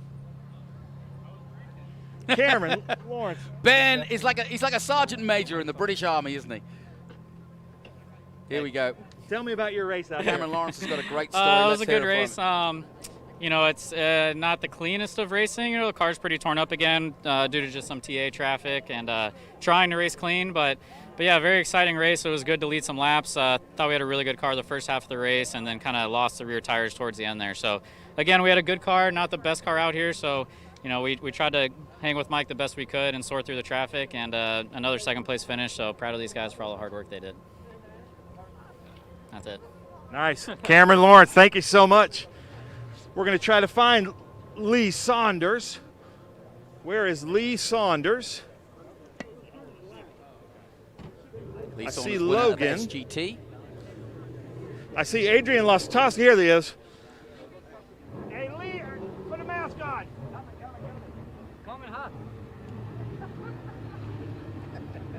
All right, we're coming to Lee Saunders in this beautiful V10 Lakeland Speed & Custom Dodge Viper. Lee, tell us about this race, and mathematically, where do you think you finish in the championship? I think that was enough. First of all, I got to thank my crew. Kevin with KSR, Jamie with Lakeland Speed. We had Jeremy come up. We had Drew come up. We had Travis English come up to help us. They worked their rears off the last two races. I think we've swapped everything out but the driver, and maybe we should have done that. I don't know, but they've just worked their rears off this whole season to get us where we were. I can't thank my guys enough. But yeah, I mean, obviously Adrian, heartbreak for him because he's been a fantastic competitor. I hated to see that. Woo! This guy is awesome right here. How about this camaraderie? Adrian, we spoke this morning, and you told me, I think you said it was 9 points away, and you were wanting to do it. You did everything you could, but Lee did everything he could to win the championship. But how does it feel? Well, you know, we're happy with, we got this far. The team worked so hard. We want to thank our sponsors, Hawk Performance, Forge Line Wheels. During the race, we got caught up there a little bit at the start, and I spun out, so, kind of disappointing to my team, but whatever. But, we caught back up, but, it was what it was, and congratulations to Lee. There's nobody better that could win this race, the championship, than Lee, so. I don't know about that. This guy's awesome, and I think he's going TA2 racing next year, so those guys better work out because he is a hell of a driver and a fantastic guy. Nice. I love it. Lee Saunders, Adrian Lostowski, the camaraderie here in the Trans Am field, the big family, really fun to watch. Jonathan Green, I'm going to give it back to you. We're going to do the podium celebration. Thanks a lot, everybody. Nice work, Ben, as always. And Kerry, I think we just got the perfect example of what you were saying throughout the race. Those guys went at it, Lee Saunders and Adrian Lostowski, as they did in all the categories. But the point is, look at the joy, look at the friendship, look at the camaraderie. That's Trans Am. Exactly. It's the experience. It's being able to go out there and be as absolutely competitive as you could possibly believe, and then still come back in and shake hands and be friends. Maybe the world should take a lesson for that. What do you think? And also I think motor racing has been a fantastic example across the world this year. Yeah. We are in the middle of a very, very troubling time for the whole world. Motor racing is a business like any other, but it's a family, and it's a disciplined family that knows how to react to safety and to discipline and to doing the right thing and doing things properly. That's how with NASCAR, how IndyCar, Formula One, Trans Am has managed to go racing, because we understand there are rules and we work within the rules and we have fun within those rules. Absolutely, and everybody rises to the occasion to do the best they can. I mean, gives you an opportunity to show you're striving for excellence, which everybody does when they're out there, and it's a great sport. I couldn't ever imagine myself doing anything else. Yep, well, Kerry Hitt, who's been alongside me, is one of the doyens of Trans Am, and even though he is 74 young tomorrow, he's already looking to the future. What else besides the CA? Anything else? Yes, we have the 2021 version of the Camaro. We redid the front. Our designer, Chris Eldridge, is a fellow who does all the stuff in computer, and we sit down and he works the computer, and I say, well, put this here and put that there, and then we kind of work together and then bounce it off of each other. We came up with a really nice design for the new Camaro.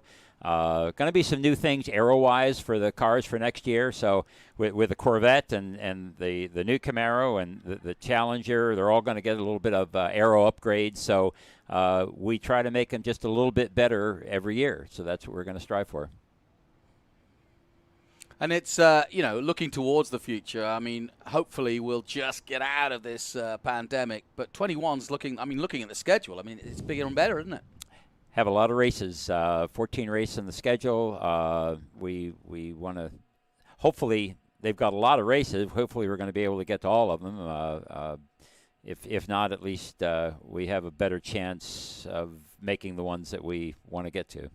Well, there's a confirmation of the result. Chris Dyson wins, Martin Ragginger in second place, Tommy Dreese in third, Ernie Francis Jr. in fourth place, Boris Said in fifth, Justin Marks in sixth place, Amy Ruman seventh, Simon Gregg eighth, and Mike Skeen in ninth position. 10th, Cameron Lawrence in the three-dimensional services group, and further down, Jet Noland, Keith Prochuk, John Paul Sutton Jr. in 13th, Richard Grant 14th, Barry Bowes, Peterson, Tommy Sheen, Morris Hull, Rafa Matos in the end, finishing just ahead of Scott Borchetta. That's the top 20 in our amazing all-class feature race. And I've been told that down in the pits is the man I've been wanting to talk to for a while, and that, of course, is John Claggett. John Claggett is the president of Trans Am, and he has been working so hard to put this series together. Take it away, John. He's with our producer. John Claggett, what a season. Just a quick word to end the season. Well, can you see I'm smiling? No, it's that kind of year, but a lot of challenges, but what a great way to finish the year. A nice race today, great races yesterday, a perfect weekend in Atlanta. So, thanks very much. Back to you, Johnny. Great stuff, Lal, and thank you, John Claggett. He has been under immense pressure to put this on. We missed Laguna Seca, which was due to be held, obviously, in 2 weeks' time. This became our finale, and we just literally, Watkins Glen was cancelled. We went and had a doubleheader at VIR. That's a huge organisational thing. And Kerry, I think we're all taking our hat off to what John's achieved. Yes, he did a great job at least pulling together, making the best of what we had left, and a lot of last-minute decisions, but I feel like we had a season in. Come on, let me hear you guys. Okay, well, as the podium gets underway and the voice of Ben Sissel pounds out, my thanks to Kerry Hitt, my thanks to Trans Am, one and all. This has been the Trans Am series presented by Pirelli. More action coming up on our live stream, so don't go away because SVRA is still coming up. But we'll take a short break. We'll be back with more from Road Atlanta after this. Getting the most out of your Classic can mean many things. That's why Heacock Classic Insurance is excited to sponsor the Trans Am Race Series. In addition to events, we have proudly provided insurance for race cars, classic cars, and exotic cars since 1989. Heacock Classic is known for its famous agreed-upon value, where brokers and clients find common ground on coverage. So make sure to get your quote today.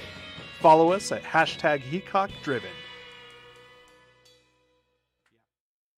Lightweighting means reducing mass and consolidating parts. No one tackles these design and tooling challenges better than 3-Dimensional Services. We'll provide flexible tooling solutions, including integrating parts, reducing design complexity, or even design changes. We're the go-to source for rapid manufacturing and low-volume production. Trust 3-Dimensional Services to develop the most efficient approach to meet your lightweighting challenges today. 3-Dimensional Services. Prototype, production, proven.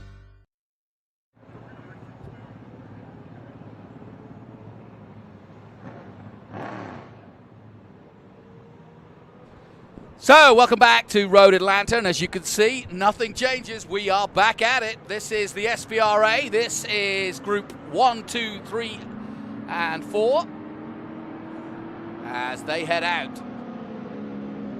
And that beautiful little Lotus leading the way. Little Bug-Eye Sprites and a Datsun involved in this one too.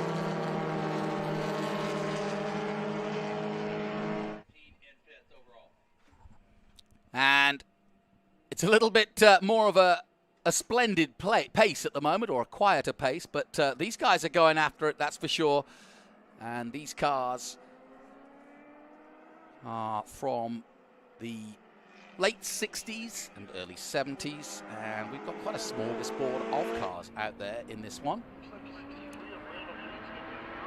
This is their second feature race of the weekend, and if you didn't tune in yesterday, you are watching the SVRA Vintage National Championship.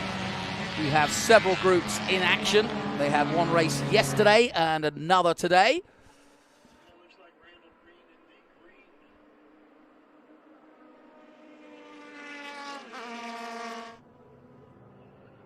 I'm just picking up Robert Bowden is the man leading the way at the moment. Daniel Becker also out there. He's in a Crossley. The Lotus 23B of Randall Green is the man we were focusing on. There he is. There's the 40A. That's Robert Bowden. He's now at second place to Daniel Decker. To Randall Green and Daniel Decker. Oh, and we've got somebody in the gravel trap. That's car number 5. That's Michael Hibbs, sadly. Currently out overall, but no, that's going to be coming to naught because I don't think he's going to get out of there. It doesn't look as though he's going to get out of there. That could slow things down a bit as we look at the 71 of Daniel Becker, in the Crossley 32F from Hopkinsville, Kentucky. Oh, and another spin. So these guys have been perhaps waiting a little too long, and they're getting a little bit overzealous about their attempts. Gregory Hibbs going round. So Mitchell and Gregory Hibbs in trouble. That's the Merlin 20A from Tyler, Texas going round. But still out front, it's the Lotus.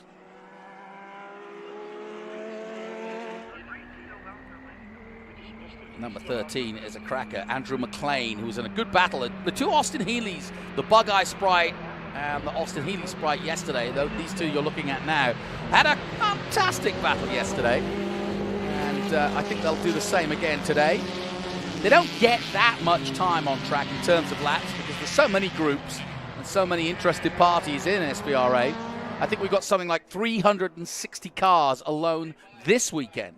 We had over 400 cars at the Circuit of the Americas some 2 weeks ago. And, of course, SVRA, run by Tony Perella, who also owns Trans Am and now has the commercial rights for the Formula Regional and Formula 4 championships. So it's becoming quite a diverse group of championships under his tutelage, as it were.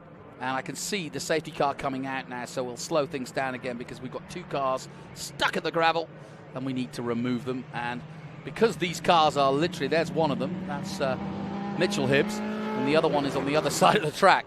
So we'll get them going and we'll slow things down a bit here. But these are priceless cars, so we don't want any harm to come to them. And luckily, both of them have just parked it in the gravel and just had a rather dainty spin. Cooler day than yesterday and a little bit cloudier too, and I think that's a bit of a respite because you expect November to be much cooler than it is, but we've had some really inclement weather in terms of it's been mid-70s, almost 80 degrees, and absolutely gorgeous. So we're under caution here in what is our Group 1, 2, 3, and 4 SVRA coverage. Their finale as well, and pretty much end of the season now for motor racing. Macau going on this weekend, and they too struggling with COVID in terms of participation. So everybody's had to adjust this year. But Petit Le Mans was run, Sebring was run just a couple of weeks ago, or last week, excuse me. And of course the Indy 500 managed to get away, although all at different times than they usually do during the year. So everybody, including John Claggett, who you heard from, and Tony Perella, who runs this series, have had to adjust, but they've done it incredibly well, to be fair. And it just shows you how much these guys love to race, because they are determined, despite the situation, to go racing and do what they love. And I say, here's to them. If you're wondering, yes, the RVs are here, but there is a crowd here per se. It's mostly RVs. They are selling tickets to the car show that's up there. We've got some exotic cars on display. But everybody coming into the facility has a temperature check and an arm wrist band to identify the fact that they have no temperature and they have no fever at this time, and that's a very important factor. Everybody's wearing masks, as you've seen, and it's just now just a norm, I'm afraid. But we are sticking to it, and we are going to keep that discipline going. Otherwise, we will not be able to bring you this show. Wherever you're watching this coverage, we hope that you stay safe and we all get through this together. So we're under safety here in our Group 1, and it's Randall Green who leads the way ahead of Daniel Becker in the Crossley. And as you see on the bottom of your screen as it flies through. Let me go through some of the cars again. Like I said, most of these cars from the late 60s. There is two 1958 Austin Healey, so it even goes further back than that. But most of them are 60s and early 70s car. We've got a couple of Merlins out there. We've got that Lotus Super 7 also from Gulfport, Florida.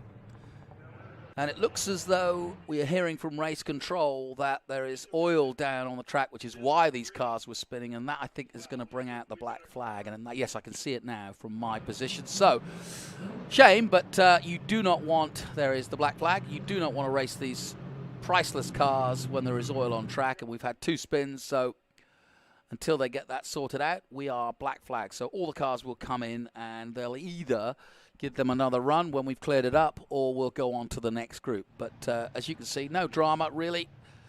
And here they are all coming in. In fact, they're coming right at me because I'm just above where they are coming to in the tower that you'll see in a moment. There it is, the Michelin Raceway Tower, and a resplendent new building here. I was talking to Dave Miller, who is the technician here, and it's a beautiful new facility for Road Atlanta. And it has given the whole place a real facelift, and it's a state-of-the-art hospitality, communications, media center, commentary booths, and you can see that roof hospitality. It's got TVs and everything. It's a really, really super facility. So that pretty much put paid to our Group 1, 2, 3, and 4 feature race 2, unfortunately.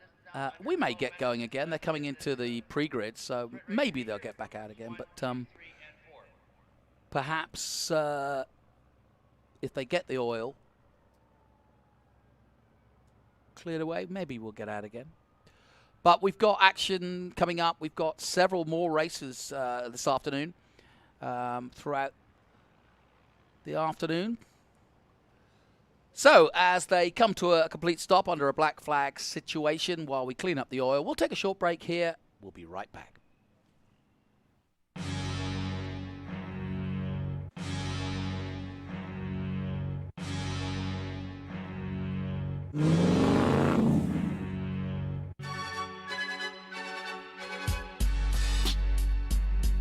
One of the focuses of this program is not only building the car, but we're building the entire student. Making can only happen if you do it on your own. It's all about project-based learning. Take it out, straw it up. How do we build a team. Winner's Circle benefits my students in multiple ways. It starts off with teamwork, and it's not just a standard, here's the facts, spit it back, school. It's a product that you generate that has to be worked on till it's right, not till it's done. I really see the students engaging in ways that we have not seen before. The Winner's Circle allows us to work more as a team rather than individuals to create something bigger. When we do like all these tasks and hands-on stuff, I understand it more. We've been looking a long time at how the middle class has been shrinking and how there's been a problem with people just going to college and not knowing what they want to do. We really want to be able to bring entrepreneurship and trades back into middle America. This opportunity goes so far beyond the school year. It's about opening the door to a world of possibilities. The world of science, technology, engineering, the arts and math, all of these things are available, and it shows up every single day. Right now in my life, I don't really have something that I'm focused on to go to, and this project allows me to become like who I want to be when I grow up. A circle has no beginning and it has no end. It's the ultimate symbol of teamwork. And that's a philosophy that we really want our students to leave and go out into the workforce with. It's not just what can they get for themselves, but what can they give back. Please visit winners-circle.org to help support our team and get a Winner's Circle project to your school.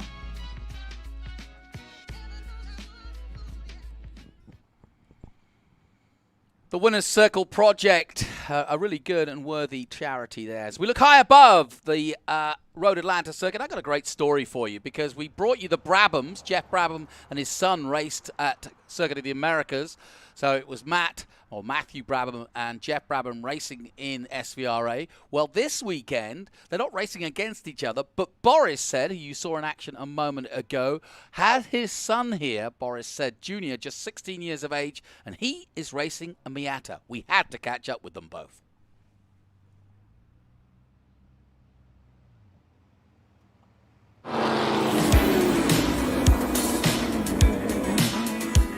What a weekend, what a motorsport. Boris Said takes victory at the Circuit of the Americas. Well, Boris, after a lifetime of probably listening about your father's career and being around it, you're taking the plunge. You're having to go yourself. I mean, about 2 years ago, I just decided I wanted to start go-kart racing, and now I'm here. Decided I wanted to do it one day. Now, is the old man a help or a hindrance? He knows what he's doing, but does he want to help you or does we want to leave you alone? He's pretty helpful. Like I think he kind of knows what he's talking about. I was excited because, you know, it's something that I love to do, and so it's cool that he loves to do it, and I never really pushed him to it. You know, early on when he was born, I think I bought him a dirt bike when he was like 3 months old, and my wife was like, "You're a little early," and you know, and it looked like he didn't want to do stuff like that for a long time, and then all of a sudden one day, I want a dirt bike, and we were dirt biking. I've always been racing dirt bikes, and about 2 years ago, I just decided I wanted to try outdoor go-karting, and yeah. I don't really know why, I just decided I wanted to try. And he tried it and loved it, so you know, I know since I got bit by the bug, I can see it in somebody when they get bit by the bug. And, you know, he's definitely got a lot of talent, and he definitely has a passion for it. So, you know, we're having a lot of fun doing it together. I mean, he sort of just like, he didn't force me into it, or he didn't like push me away from me. He sort of said, you know, if you want to do it, you can. But he's definitely like supportive and helpful about it. This is my second time ever on track. About 2 weeks ago, I did a test day at Buttonville in California, and thanks to Tony Perella, he rented me a car, and here I am just doing this race weekend here for SVRA. So can I get a world exclusive and say that there is another Boris Said on the way for American racing? There is another Boris Said on the way for American racing.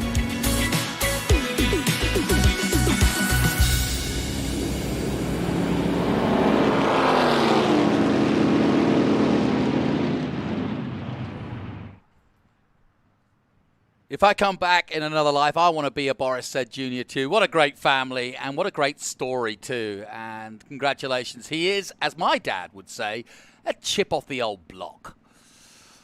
So we're looking down, and as you can see, the car's still in our Group 1, 2, 3, and 4 parked up because we've had oil on the track here in our SVRA coverage. So we just wait for the resumption, hopefully, of that. And it's good that they're still in their cars and still gridded up, because it means that they're hoping to get back out again, because there's a busy schedule here, but there is enough room to hopefully give them time to get out on track. And we've got although we've got a busy schedule, we're supposed to be finishing around 4 p.m. local, so there's still about an hour and a half of sunlight between 4 and 5:30. There you see what's happening now live. They're just checking the track for where the oil is. And it's almost more critical in vintage racing than in modern day racing to deal with the oil because, like I said, a lot of these cars are quite literally priceless. And so you really do want to do the best you can to give them the opportunity to go racing cleanly and without any distractions. And you saw 2 cars unmistakably spinning around quite heavily.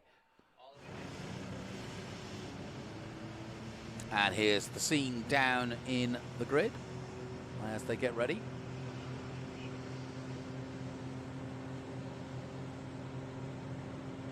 Safety car has been busy this weekend, doing its business, doing its job.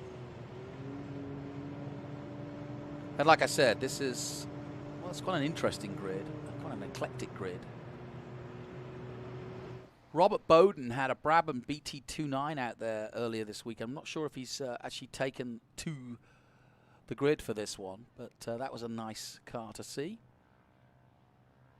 Now, on the bottom of your screen is where the Trans Ams prepare their car, and then the top is where SVRA. Some of them staying for Sunday, some of them just doing the Saturday racing. And so it depends. And, of course, they come from far and wide.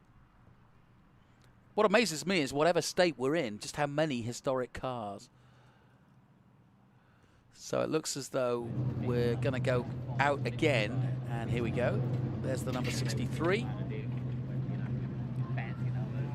Randall Green in that green Lotus 23B from Boca Raton, Florida. Really pretty car, that too. 71, that's Daniel Becker in the Crossley 32 from Hopkinsville, Kentucky.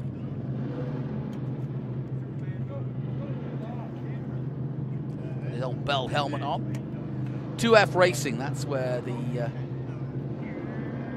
F2 comes from.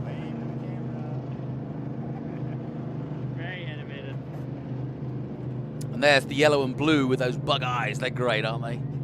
We saw a whole, at our hotel last night, there was a whole bunch of MGs talking of British heritage, and they really are a sight to see. Those are really small cars, but boy can they pedal. They're great to drive. I had an MG as a kid growing up, and they were just so much fun. Scott Fraser, the Austin Healey Sprite from Woodstock, Georgia, so not that far away. Also got an MG Midget out there as well.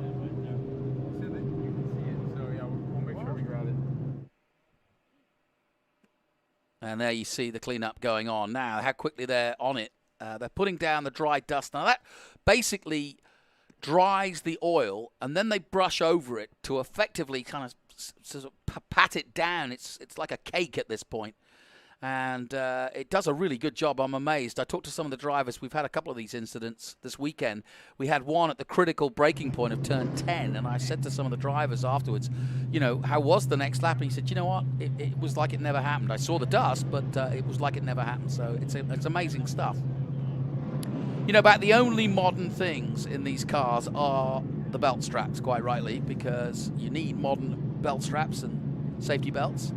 And everything else is as close to when they were designed in this case, late 60s, early 70s. And that's literally the classic position for a racing driver. There's nowhere to put your hands when they're not on the wheel.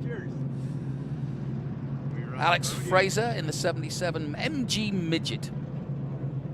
And it is just that. How could you have a car smaller than an MGB? Well, you can. An MG Midget. Beautiful car. Very lightweight. Ah, look at this Datsun. Lovely. An SRL 311. Datsun from 1967. Bless. It's almost as old as me. And our driver, Thomas Phelan from Hendersonville, North Carolina. Has a look at the dials. Thanks, Tony. So a nice little I actually quite enjoy it when we have a delay because we get a closer look at the cars and a chance to look at them. And by the way, if you were wondering whether you're tuning in, if you're in America or you're tuning in the United States and you want to come and join us, take a look at our 14 race calendar next year because it is a cracker. We are going all over America, and if you want to see these cars up close, you are welcome. SVRA is very, very inclusive. Come and meet the drivers, meet the mechanics, sit in the car if you want to. And hey, you can make an entry if you want to. But we are starting at Sebring in Florida next year. We'll be at Homestead. We're back-to-back. So if you want to make a holiday in February in Florida, you can do that. And then we'll go to Charlotte Motor Speedway with SVRA. That's going to be fun in March on the Roval. That means Roval and or road course and oval. We then go back here to Road Atlanta at the end of March. And then Sonoma and WeatherTech Laguna Seca back-to-back in April and May. Always a nice time to go to California. And then the Classic at Lime Rock Memorial Weekend. And that's been in the calendar for many a year. Mid-Ohio, Road America, another 2 sort of back-to-back races back in similar parts of the world. Road America, obviously, in Wisconsin. Mid-Ohio, obviously, in Ohio. And then we go to Brainerd in Minnesota, not far away. We also go to Canada, and that's back-to-back effectively with Watkins Glen. And, of course, Watkins Glen, pretty close to the Canadian Tire Motorsports Park. So, again, back-to-back events. Then VIR, Circuit of the Americas. So there's so much going on. And it looks as though these guys are going to effectively do a safety car lap. Whether they get to do one sprint lap, I don't know. We'll find out in a moment. But they haven't got their money's worth out of this race. But it doesn't matter. It's a chance to run. And the autumn leaves falling on the track now. It's gone a little bit chilly over the last hour or so. The sun's dipped in. The clouds started to form. And there is that Datsun from 1967. It was interesting talking to Ben how when you look at the back of this car, it looks like an MG. And that was very much true of what Datsun were all about. They took the design features of the British cars and said, we like what they do, but we want to see the muscle from the American cars. And so they came over to America, did Datsun, and raced these sorts of cars back in the late 60s to much effect because they did take the best of both. And that made it really interesting because the racing back then was obviously against the big bore Camaros, Mustangs, and so on. But Datsun and the Japanese manufacturers started to infiltrate a little bit. The Europeans had already been there with their Porsches and their Minis and their Sprites and their MGs. And the Corvairs and the Corvettes took them on. So that Datsun is a really good example of what the Japanese reacted to in terms of their manufacture for going racing. So we're going to get a one lap dash. Across the line they come, and it is the Lotus that leads as the field spreads out. Not a big field, but it doesn't matter. Ooh, what a bit of a lock up there by the number 13 Andrew McLean in the Austin Healey as they climb up the hill and start to spread out. You can see the dust from the oil that was down, and they'll probably be just going a little gingerly through this section just to check that they don't spin the cars. A lot of dust flying up, and obviously most of these are open wheelers, so you'll get lots of dust in your visor. And now it cleans up again as they approach turn 5.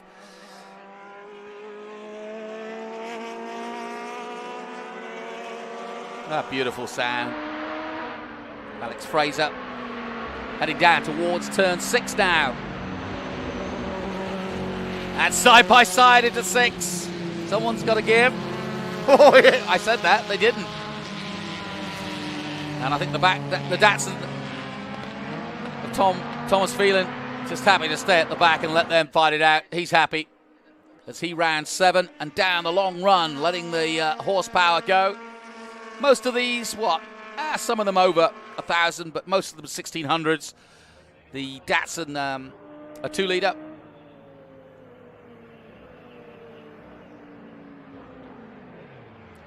I think if I was going to go historic racing, I would love to do an open wheeler like this and see what it was like or how hard it was for the guys in the day to drive one of these machines with very simple suspension and not a lot of aid.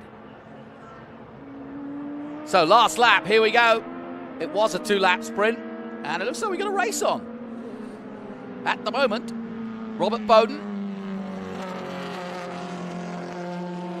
leads in the Brabham, Daniel Becker in the Crossley 32F, and then this battle between the number 13 and the number 79. That's Andrew McLean in the 13 and Scott Fraser. They've been battling all weekend long in their Bug-Eye Sprites. And the Austin Healey Sprite. Both Austin Healeys, of course, but just slightly different, you can see.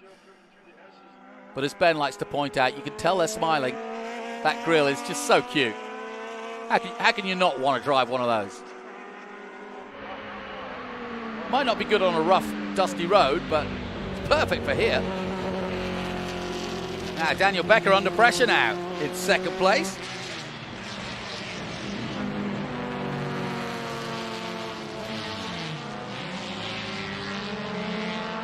Now, I think we might have some overtaking down the back straight with these two. And high above the Road Atlanta circuit.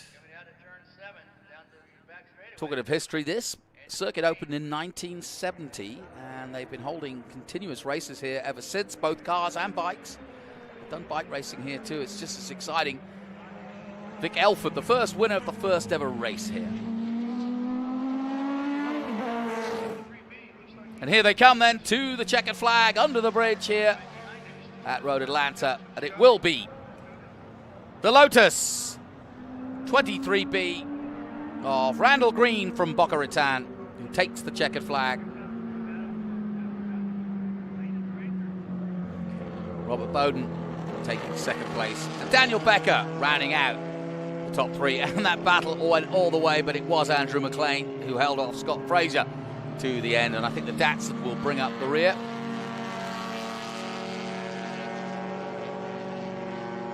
So a slightly slower pace here from the frenetic pace of Trans Am, but I think it's a needed respite as across the line comes the Datsun of Thomas Phelan.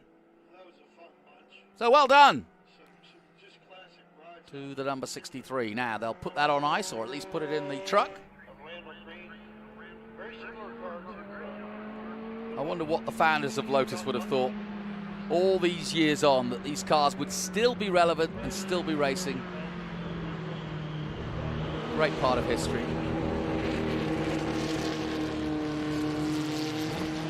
Just waving and thanking the marshals as well. No real crowd here this weekend, although as you can see on the hill there, quite a lot of RVs just coming to enjoy the weekend here. Randall Green then in the Lotus 23B wins from Robert Bowden in the Brabham BT29. The Crossley 32F of Daniel Becker was third. Andrew McLean beat Scott Fraser in the two battles between the Austin Healeys. Scott Fraser behind in fifth place. The Datsun of Thomas Phelan in sixth, and then Alex Fraser in the MG Midget. Gregory Hibbs, Mitchell Hibbs, they were involved in that incident sadly with the oil. And Leo Bazil in the Cooper finishes 10th. So that finishes their weekend of Group 1, 2, 3, and 4.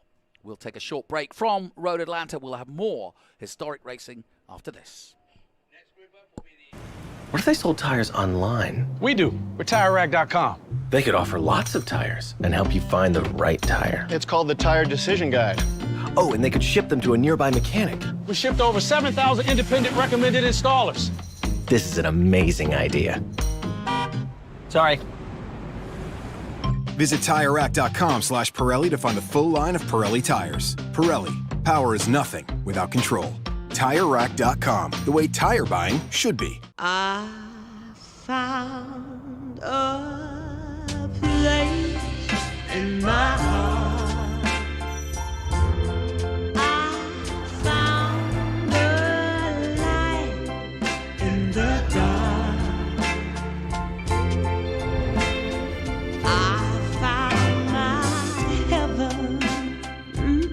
The Range Rover Evoque.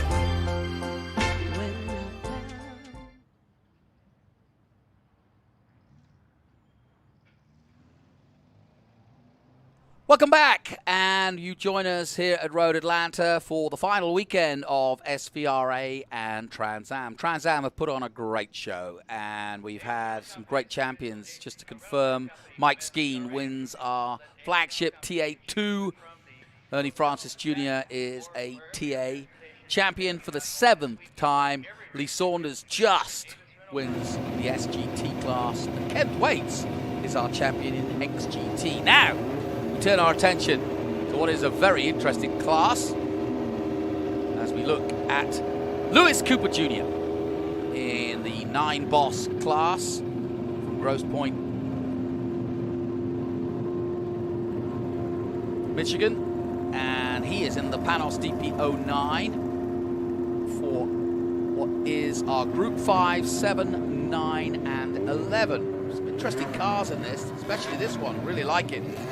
Pretty little thing in orange. David Jans at the wheel of the Arve Riley AR2. Former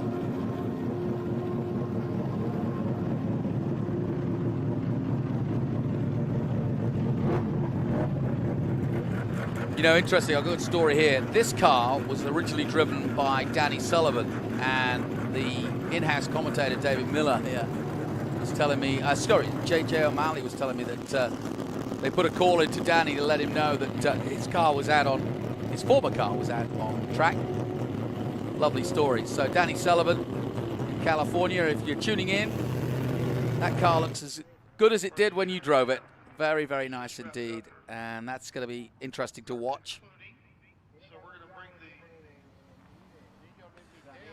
And interestingly enough, we had James Farley here yesterday, and it says Dearborn, Michigan. Well, he is the CEO of Ford Motor Company, so that's the kind of guys we can attract to historic racing. And I believe we even have an entry in SVRA from Mr. Elon Musk's car company here this weekend. So it really is an eclectic group of interesting cats, as they say back in the 60s, here for historic racing. Now, as you can imagine, with a 4.2 litre V10, Lewis Cooper kind of towers above. He's got some sticker tyres on, as you can see, so it really isn't a fair race, but that's not the point of historic racing. The point of historic racing is to stay clean, to enjoy your day out, and almost race against yourself, because most of these guys have something like 3 days on track. They do a test day. Well, some of them do a test day on Thursday just to kind of shake the cars down, and then they go out and practice on Friday, qualify, and then have 2 feature races over the weekend. And really, it's a case of just sort of battling against yourself to see if you can better your time or adjust the car or learn a corner a little bit better. And a lot of the time, the enjoyment in historic racing is the tracks themselves, because these are the best tracks in America. That's something that Tony Parella and his team strive very hard to get right, is to make sure that they are at all the iconic tracks that historically have been home to these cars when they were raced for the first time, I suppose. John Fergus dominating this class with 7 national championships. So being led round by the safety car, and he will peel off and let them go racing and roaring into action.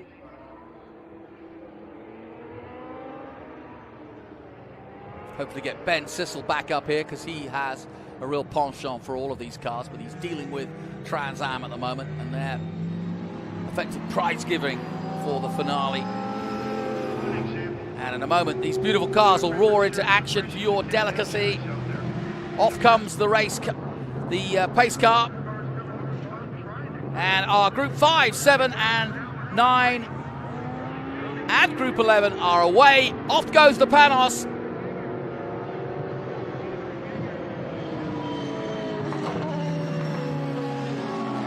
And that IMSA all bright orange car, number 70, with David Jans at the wheel, flying along in second place. And the Panos, obviously, with the slicks and wings, getting plenty of grip through the S's. He can deal with that, no problem. I was talking to Boris Said, who was talking about taking a Formula One car around this track, and he said it was awesome. stuck to the track like glue. And that is James Farley, actually, the man I was mentioning before, in that Lola T98. And interestingly enough, when he is with the Ford Motor Company, well, I can tell you it's got a Cosworth engine, so he's making sure he's doing it right. So Lewis Cooper Jr. leads the way in this 20-minute race. James Farley in second at the moment, David Jans in third, Gary Gould in fourth place, Brent Knoll fifth, and Dave Handy in the 59 as they stream down the back straight. And a glorious sight from the drone. Really does give you a sense of the speed that they're going. Here comes Danny Sullivan's car. Gary Gould at the wheel of what's called a Frisbee GP2. Gary's come all the way from Tulsa, Oklahoma to give it a run out this afternoon. First lap by Lewis Cooper Jr., a 1:24.9, and that's pretty impressive. Our Trans Am guys in the 21s and 22s, so that Panos is not holding back by any means.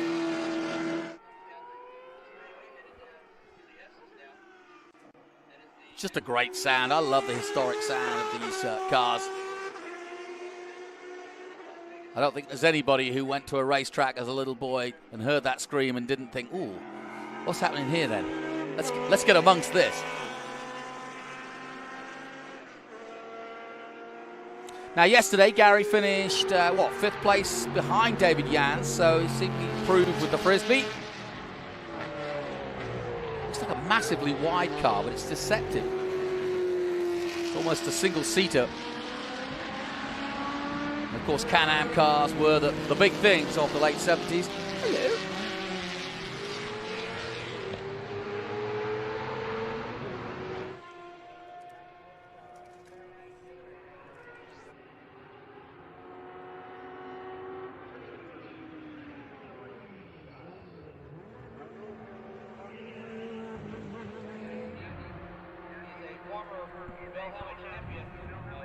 And I've just paused for a second because obviously we've got a car, David Jans, off again. The yellow flag is out, but I'm delighted to say that Dustin Hodges, who joined me yesterday, is back.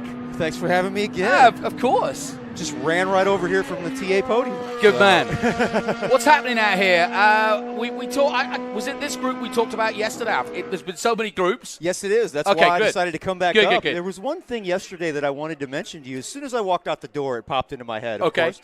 The Panos out front. Yes. That's an Indy car. Oh. That is a genuine Indy car. 2007-ish Champ car. Because I was before the unification. Right. So that was Sebastian Bourdais, Alex Tagliani. Gotcha. All those guys were racing that car about 15 years ago, I guess. Well, it's no wonder it's going. I was just, as you came in, I was just mentioning that. He's gone even faster. Lewis Cooper Jr. just did a 1:18.1, and when our Trans Am guys are doing 1:20s, 1:21s. He's not holding back. And now it's got all the bits and bobs that when it goes through the S's, it should stick to the floor like glue. But a lot of downforce. A lot of downforce. But okay, so somebody like Bourdais would have driven that car, yeah? And it was in my head, like I said, right on the tip of my tongue. And of course, I remember when I leave. But well, let's talk about the technology involved in these cars. I mean, like I said, I've just been saying that this is an revolution of our history here. And how the technology progressed. And like you say, you've got cars here that, go from late 60s all the way through to 2007. So you really have got a sort of a smorgasbord of the history of racing. What era, if you like, or what innovation appeals to you and sort of says to you, wow, that's clever? Well, there's a lot of stuff over the years that was banned, but I think is the stuff that I find which the is most a shame. Clever. The six-wheel Tyrrell. Yeah, I remember that.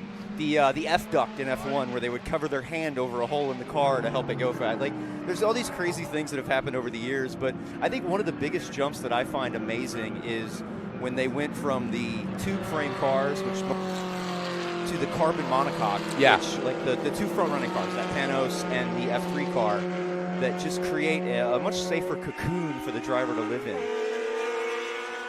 Now, before we go any further, Dustin, let's just talk about what you've been doing. You've been working with Silver Hair Racing. Congratulations. It's been not the best of weekends. You wanted to win the championship, but it's been a good weekend.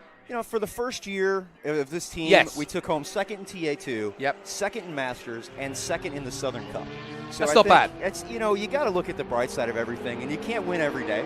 And we took home 3 titles in 2020, and 2021 is only 2 months away. So. And what do you do with the team? I do all their marketing and media. I make them look good. Is what I like to tell people. So. Talking of looking good, Ben stole Sissel's Ben's managed seat. to come in. Yeah, you might have to swap a seat. He's not in any rush. He's talked out. He never does anything but talk. Is that the guys wearing a tuxedo? I don't know if the tuxedo car is out there. Ben Sissel's just walked in with no microphone, so nobody knows what he's talking about. But Yeah, the tuxedo car is out there. And is that why he has a tuxedo? Because he got married this weekend? He got married. Here. Wow. Well, congratulations. Okay. Get your microphone on. Ben doesn't need a mic, so he doesn't use one. We live It's a bit about like 2 me, miles really. from each other. We're cheap, Ben. That's why. And so he go on, actually- tell the story. Well, he You actually done- wrote me a sheet that Okay, I brought up here. let's get you on. This is All right. Ben Sissel. The tuxedo car, Brent and Kylan Knoll were married on the start-finish line here at Road Atlanta on 4/1/2017. Oh, but we have a restart. Good. So we're going to come back Away we to the go. tuxedo start. We look at Jim Farley holding off the Danny Sullivan Frisbee Can-Am car up into the hill. Well, I was told this morning that Danny Sullivan was actually informed that his car was out racing the yesterday, and he was delighted. He said, "Oh, I've got great fond memories of that car." Can-Am. Yes, yesterday I was, as I mentioned, I referred to the Can-Am cars as older cars. Yeah. And I was lit up on social media, apparently. Apparently, Yeah, I'm you got to not- be careful stepping in here. The thing is, my father is almost 80 years old, and he raced those in his 20s. There it is. So- There's the tuxedo with Dave Handy right behind him. There you go. Brent Knoll. Right, tell your story, Ben. And he's got a tuxedo racing suit. Well, he's wearing the tux because he got married here, but his car is also wearing a tux. He watched our live stream. He had a little bit of a hit with somebody, and I said his tuxedo got torn, and he told me that was true. It did get torn a little bit, but he's repaired it. But yeah, you're right. So Can-Am, was a series in the 60s and 70s, the Monsters, but then it came back for the 2-liter Can-Am cars, Yes. and it's had lots of iterations. It's definitely but fairly fun. Everybody likes that branding. Yeah. But see, I love the internet trolls that kind of correct us or tell us what we're doing wrong. It just makes it more colorful. I love it. So keep trolling away, people. Leave us comments as nasty as you want on our Facebook and social media channels. I was just mentioning a minute ago. I'm not here. I don't want trolls. Were you aware that this is an actual Indy car? No. It's a Champ car. 2007, 2008, before the reunification. Really? That is a Champ car. So yeah, we have an actual Indy car out here going 7 seconds faster than TA he's cars? just done. He's just laying on the push to pass. Yeah. I hit no push to pass back then. It was a 118.5 he just did. So that's Dave Handy right there in the Sasco Orange S2000, one of our fastest drivers in anything. I was really wishing for him in the Formula B race that we had at Circuit of the Americas with the Brabhams and Tonus. And then that's Brent Knoll. Look at that his is pretty. Bond in that tuxedo. And he's actually 2 miles away from me in Nashville, and he told me that he has starred, and this is not an untruth. This is not a tall tale from Ben Sissel. This is not fake news. This is not fake news. He has starred in over 100 musicals, and Godspell was his favorite. He's been Jesus Christ several times. So we've got a musical tuxedo driver out there. Wow. You just don't know what's going on in those Tennessee woods back there, do you? You don't know. But So I was just about to ask this, and I see in your notes that he also has a matching tuxedo driving suit. Yes, and he got married in it. That is Nothing impressive. says romance like getting married in a driver's suit. I love it, Can Brent. I just say like that your that's style. probably the perfect wife? Yes. Or the most patient. That would probably be a better explanation. I hope she's a racing fan. There's another Tennessean there, Gary Johnson, in his almost Tennessee orangish red S2000. Gary's a mechanic. He has a shop in Knoxville, Tennessee for a lot of our drivers. So it's good to see him out here actually getting to be the driver. Pretty emotional Trans Am. Chris Dyson, I heard a little well up as he was talking to you. A lot of emotion down there today, but it's the end of the year. It's been a very tough year for everybody.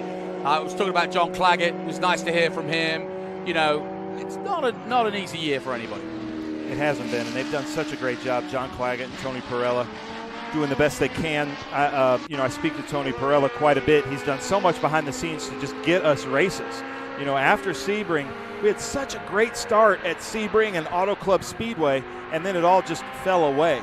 And Tony did not give up, and he worked so hard. We put together that E-Series championship with Trans Am, and we were able to get some great races in. We still were able to hit some of the premier tracks.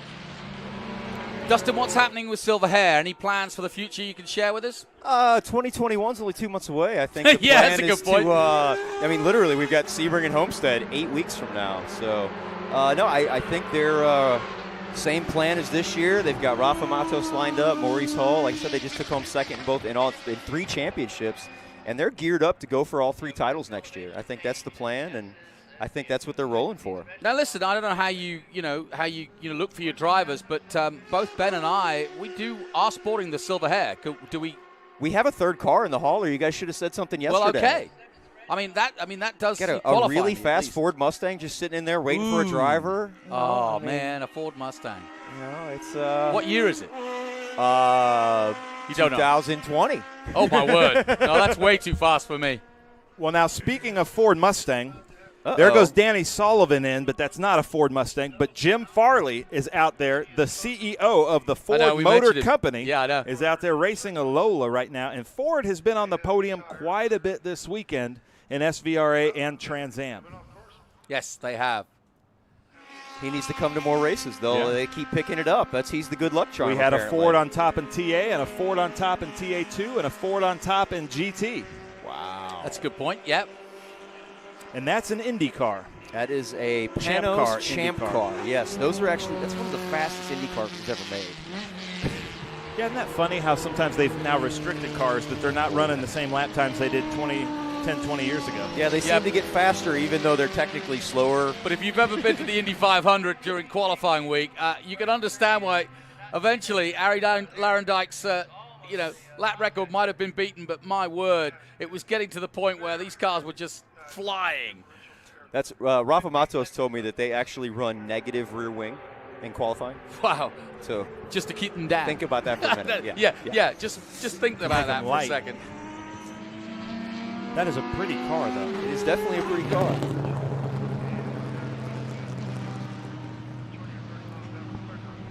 It was great. We had, you'll enjoy this, Dustin. We had a rather shy onboard with one of the drivers in TA. Can you imagine who it would be that we talked to on the warm-up lap? He was very reticent to talk. Tommy Dreesy. Okay, I was trying to figure out if this was a sarcastic question or not here. I'm thinking, we had an English accent. It off too. Yes. It was an amazing feat, and he's like, "Well, hi everybody," and it was great. I really like the lines of this Lewis Cooper Jr. racing that Champ car. It looks like it's just stuck to the ground like a slot car.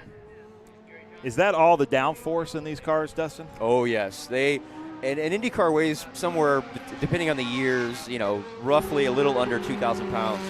But when they get on those big ovals, the amount of downforce that pushes on them, they can weigh 3 to 4 times that. The amount of downforce. There's this old saying that they could run upside down in a tunnel if they were going fast enough. Now these are 2 really good friends here, Steve Conson and Gary Johnson, racing together. Now they've raced together in all kinds of MGs. But now here they are in S2000s, also pretty equally yoked. Steve Conson has probably one of my favorite, prettiest MGs that I've ever seen. It's MG T-Series. He raced it with us at Watkins Glen. It's unbelievable, but he's had some MGAs. Tell me more about the S2000. S2000, really, this class here, the was started as a racer's race class. They're pretty spec. There's different manufacturers, but then the beauty of it is it's a Hewland like VW transmission that you can get from lots of cars. They were widely available. Looks with like a Ford Pinto to the Radical. And a Ford Pinto 2-liter engine that were all over junkyards at the time. And they're really easy to come by, but they have a lot of torque, and they're really easy to work on and make reliable. And so that's what it is. So it's a driver's affordable class. Racing then at that point. It was affordable racing, but because this is such a fun class, these cars are available but they're, it depends on who you are. If they're affordable, because it's so much fun, there's a demand for these cars still. Right. And so they range probably $30,000 to $50,000 for a good turnkey. That would be probably more than that because that's a top-notch, well-prepared. Dave Sasko is an unbelievable mechanic. He's got a great shop just outside of VIR, but that's a very fast car with one of our most talented drivers of the weekend out here. And I got to brag on his wife, Robin. As a vintage racing journalist myself, if I can call myself that, she is the best. She takes the best photos, best stories, and then there's Jim Farley. Look at how pretty this car is. And so is this his first weekend with us? no, he's been with us a long time. He loves racing, and this is his vacation. He was on the podium. He won the Enduro overall. He won his class, and he loves being able to get away. And this is so you know that he's a true motorsports automotive fan. When he's worked probably a really long week, can't imagine the stress that he's under, and this is how he gets away from it all. He's racing a Le Mans Cobra, a 1966 Cobra, I believe, in the Le Mans finish, and now he's out here in a Lola, and there's a lot of G-forces in that car. So my hat's off to him, and he's having it. 18-year-old, he's having so much fun out here racing. Well, I can tell you, these S2000 cars are definitely a great place to go racing, and if anybody wants to get involved, they are fun. I can personally attest to this. I drove one of these at Mid-Ohio years ago when they had a semi-pro series going on, and it is a lot of fun. Oh, we got an off. Uh-oh. I think that's Brent. Yeah. Tuxedo getting dirty. Tuxedo's going to have to go to the dry cleaners, Brent. Brent Knoll off. Oh, dear. Well, he's okay. Yeah, he's okay. That's a beautiful car. Now, that's the oldest car in the field. He wanted to point that out. And he is going to give us in-car after the weekend. He promised me that, so we'll be able to know what happened. We'll have to edit that in. If you follow us on social media. You're going to have to hold him to that one. We'll have that up in a few you weeks. might not get that now. Well, here's Lewis Cooper Jr. again, and let's have a look. Look, he's got it down at 113.8. Wow. He's just up in the pace. He's not letting go. I love it.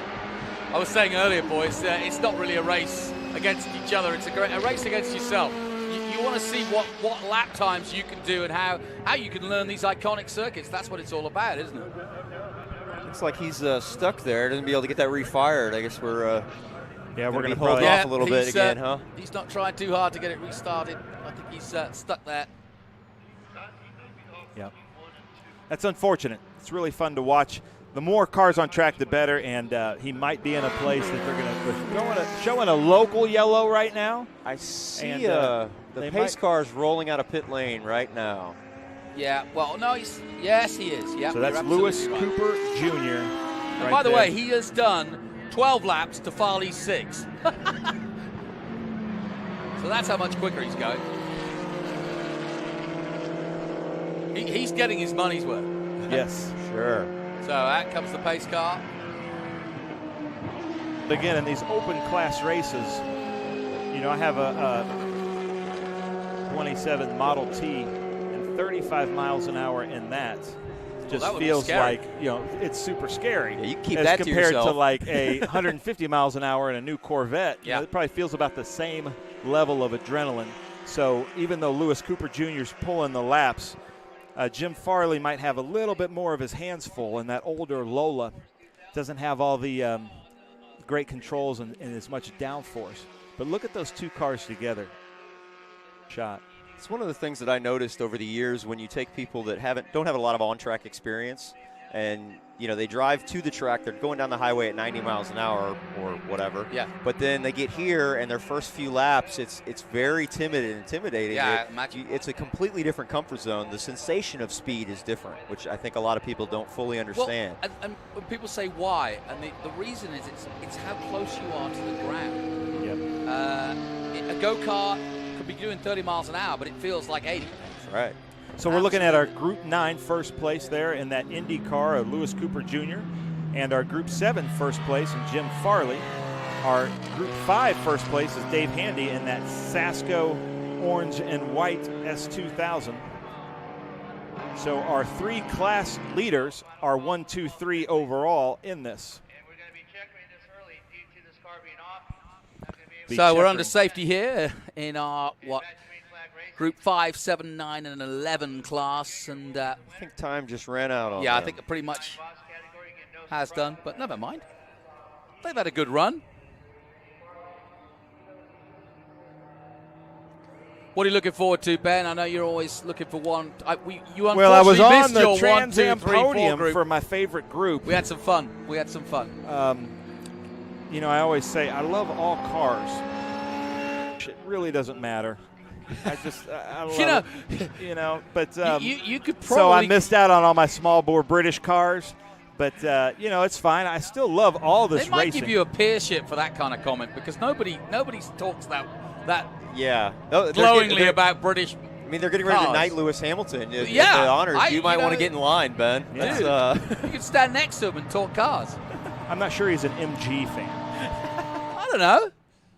His brother's in touring cars.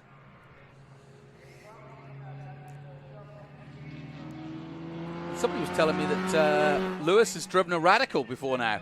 So there you go. Wow. So Jim Farley will win Group 7. Lewis Cooper Jr. will win Group 9, and Dave Handy will win Group 5. And there is the checkered flag. There's Dave Handy in his Group 5 Sasco S2000. Beautiful car. He is a great driver. Coming up a little later, we'll get a chance to see Boris Said Jr., the 16-year-old, cutting his teeth in the Miata Heritage Cup. He's not the only one out there, but he's been our feature this weekend, for sure. Coming across the line now is the Shannon number 2. How many father-son combinations are in these weekends? It seems like it happens a lot. Well, quite a bit. I just interviewed the Morrows in that beautiful. They're going to be actually. I see them on grid right now. They're in that Penske livery, or as the Americans say, paint scheme. Marlboro Alfa Romeo, and it's a father-son. Let me just give you a confirmation of the result then. Lewis Cooper Jr. wins in the 9 boss class. In the 72 class, James Farley in the Lola 298 wins. Dave Handy is 3rd overall. Steve Conson, then Gary Johnson, Brent Knoll, Gary Gould, and David Yans was the man in that Arve Riley AR2 that went off and caused one of the safety car incidents and a few cars coming back to the pits. But that concludes our Group 5, 7, 9, and 11. My thanks to Dustin Hodges joining us and sprinting over from the pit lane and picking up where he left off yesterday. Thanks for joining us, Guys, Dustin. thanks for having me, and I'll see you in a few months in Sebring. Absolutely. Gosh, all right, Dustin, thank you. Thanks a lot, guys. All right, we'll take a short break. We'll be right back from Road Atlanta in a moment. When the finish line calls, we answer. Hit the road with insurance protection from Hagerty. Whether you drive a built racer, sports car, or exotic, and save an average of $264. Get a quote today at Hagerty.com.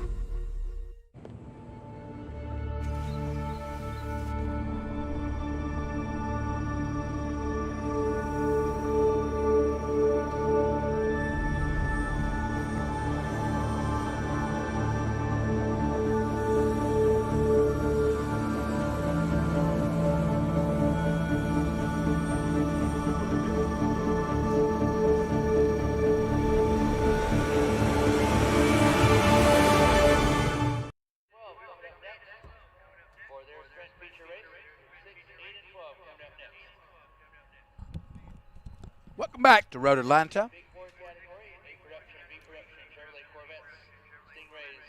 And as you can see, it's clouded up a bit.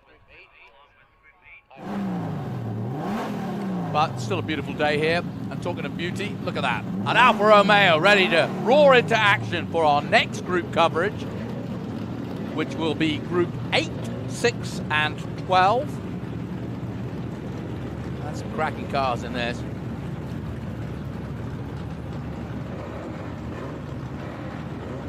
That's Rick Ortman giving us the thumbs up. Last year's Group 12 champion. Really fast car. There's the beautiful Shelby GT350 that my buddy Dennis Altoff takes care of. I'm looking through all of our sheets. Do we have grid sheets? Yeah, I'll come up with them. 1 second, sir.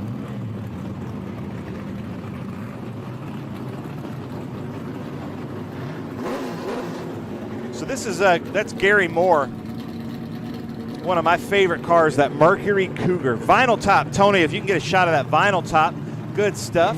John McCormick, another Nashvilleian. Must be something happening in the Music City. That's John McCormick in that beautiful Cobra Automotive Ford Cobra number 28. We saw Jim Farley come in early in that Lola. So Tony, look at that, good arty shot right there.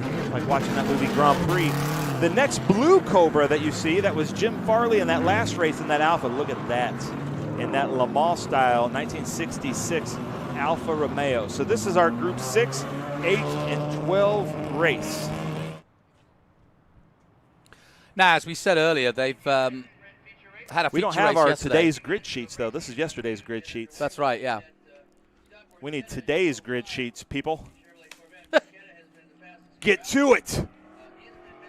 So that's Scott Borchetta there, right there in first place, on pole position. We're going to wait to get our grid sheets until they cross the start-finish line. So if anybody's listening to this broadcast, can somebody please bring us our grid sheets? But what a beautiful Johnny Lightning bolts. Jerry Robinson right there in the green Viper. There's Gary Moore, John McCormick, followed by Jim Farley. Lots of Fords out here. Mercuries, that's in the Ford family. And then the Lexus, that beautiful Lexus. The driver of that car actually owns a Toyota dealership in, I believe, Fort Smith, Arkansas.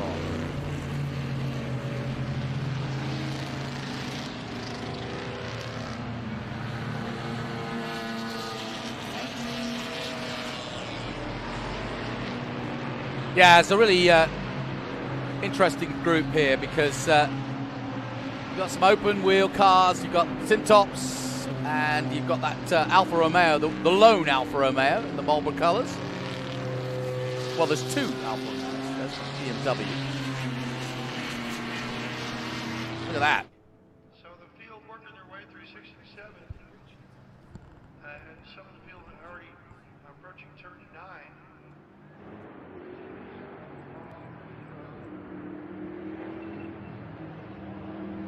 So they are forming up nicely and tidily, led by Scott Borchetta in that fantastic Corvette, and he was putting it through its paces yesterday, and I'm sure he'll do the same again today. One of the larger groups so far. This is Group 6, Group 8, and Group 12 about to get underway. The pace car comes off.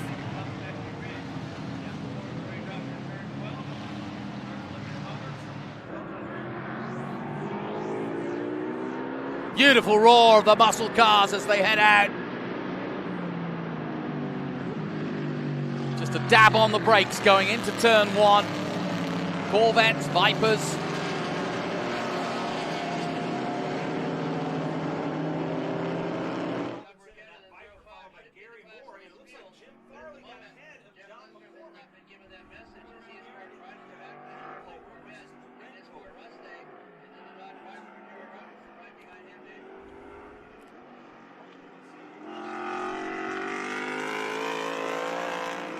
With us,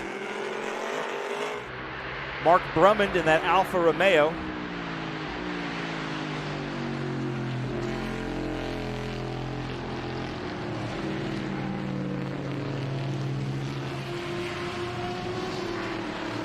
This is usually the fan favorites. If you're joining us on our social medias or the SVRA app, leave us some questions or comments on social media. I'm monitoring our Facebook right now, so if you want to leave some questions or comments on our Facebook, we'll be answering them.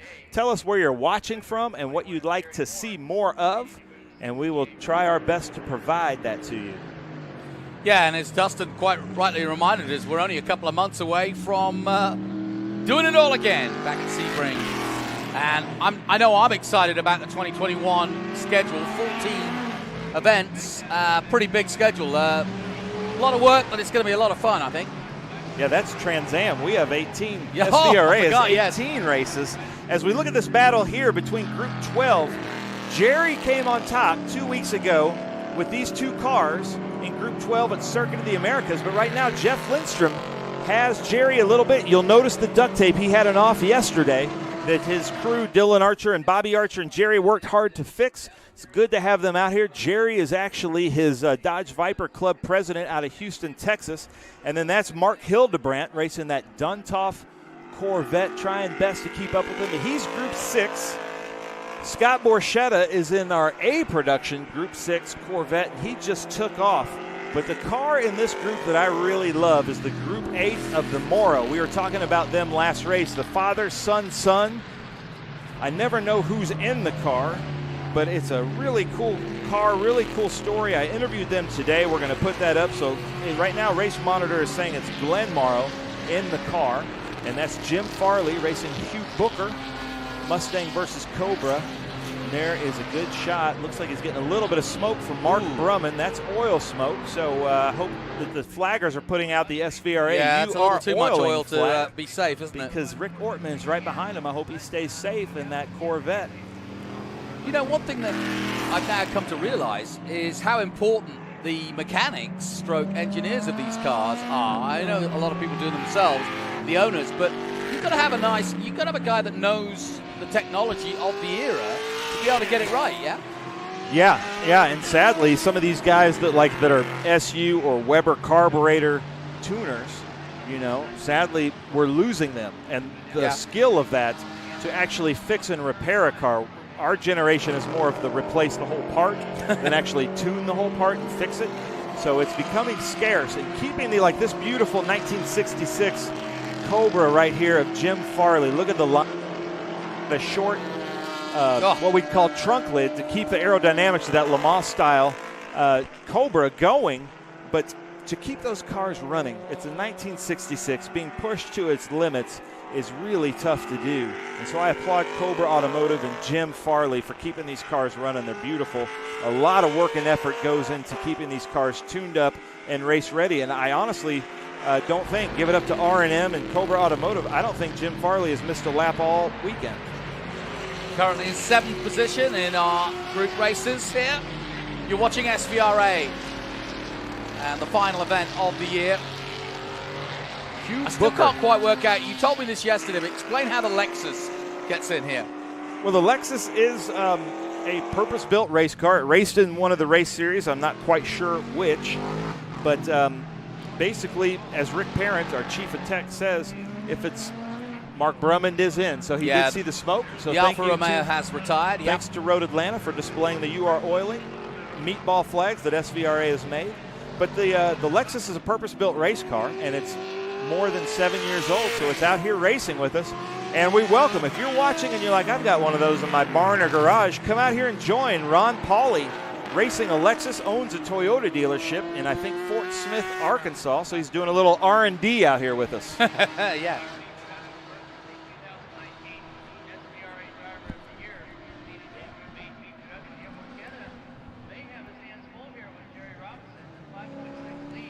It's been a great weekend of racing and a full field in each and every class. And of course, a massive field of over 40 plus cars in Trans Am. And that was a great race we just witnessed with all 5 classes involved to end our season.